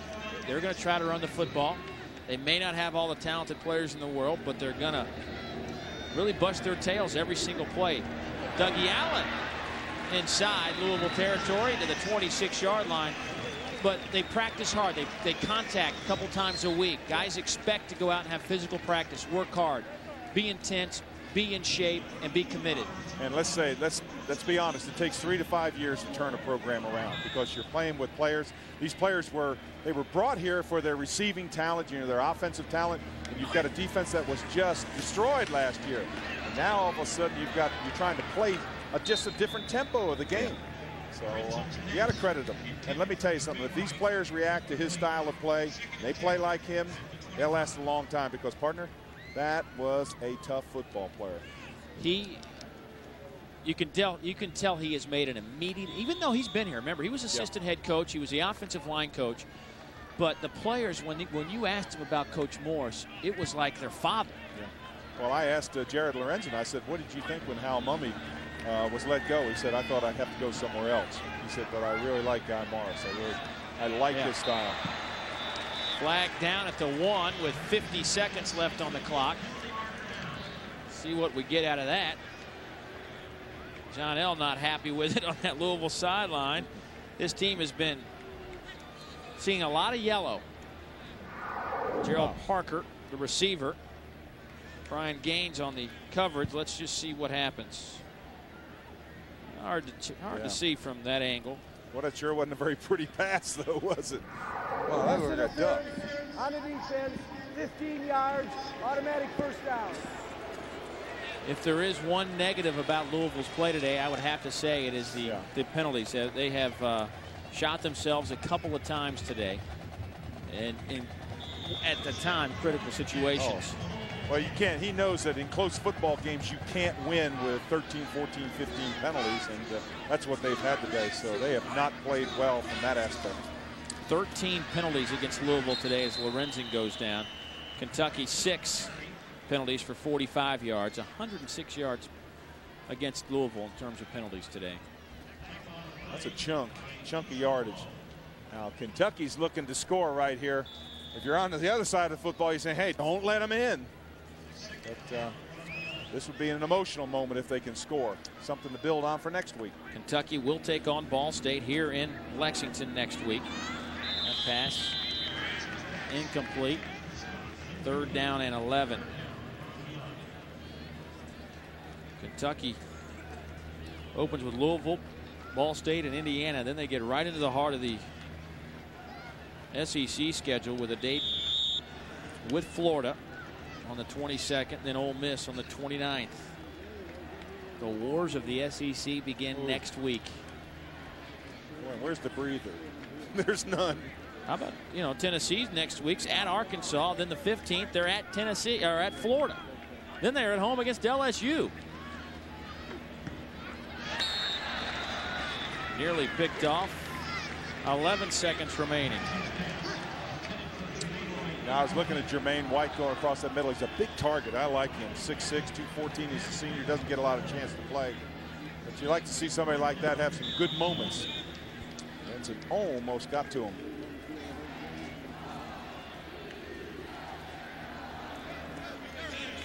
Fourth down and 11. Fourth and goal from the 11. To the corner of the end zone, out of the reach. And that will do it with 5 seconds left. Louisville will come on the field, take a knee, and put a wrap on it and go to 2-0 on the season. John L. knows how big this game is in the state of Kentucky. Very happy to pick up the win. Kentucky has a lot to go back and kind of hang their hat on. They're going to be disappointed with this loss. They were in this game until the fourth quarter. Yeah, that one drive, that long drive, really took the starch out of them. But yeah, again, if you're going to look at a lot of aspects, you got to look at a lot of positive aspects. They played hard. They never quit. That one drive when they drove 97 yards and they stopped them in the first half. That's the kind of things that you can build on. This is kneel down time. Stephon LaFleurs, their backup quarterback, on for a play that will do it. And Louisville wins for the third consecutive time in the series of the Governor's Cup, which will go back to Louisville. The Cardinals win it 36-10 behind a great performance from their quarterback, Dave Ragone, and a solid defense. There is the man of the hour. Back after a word from your... We'll be back after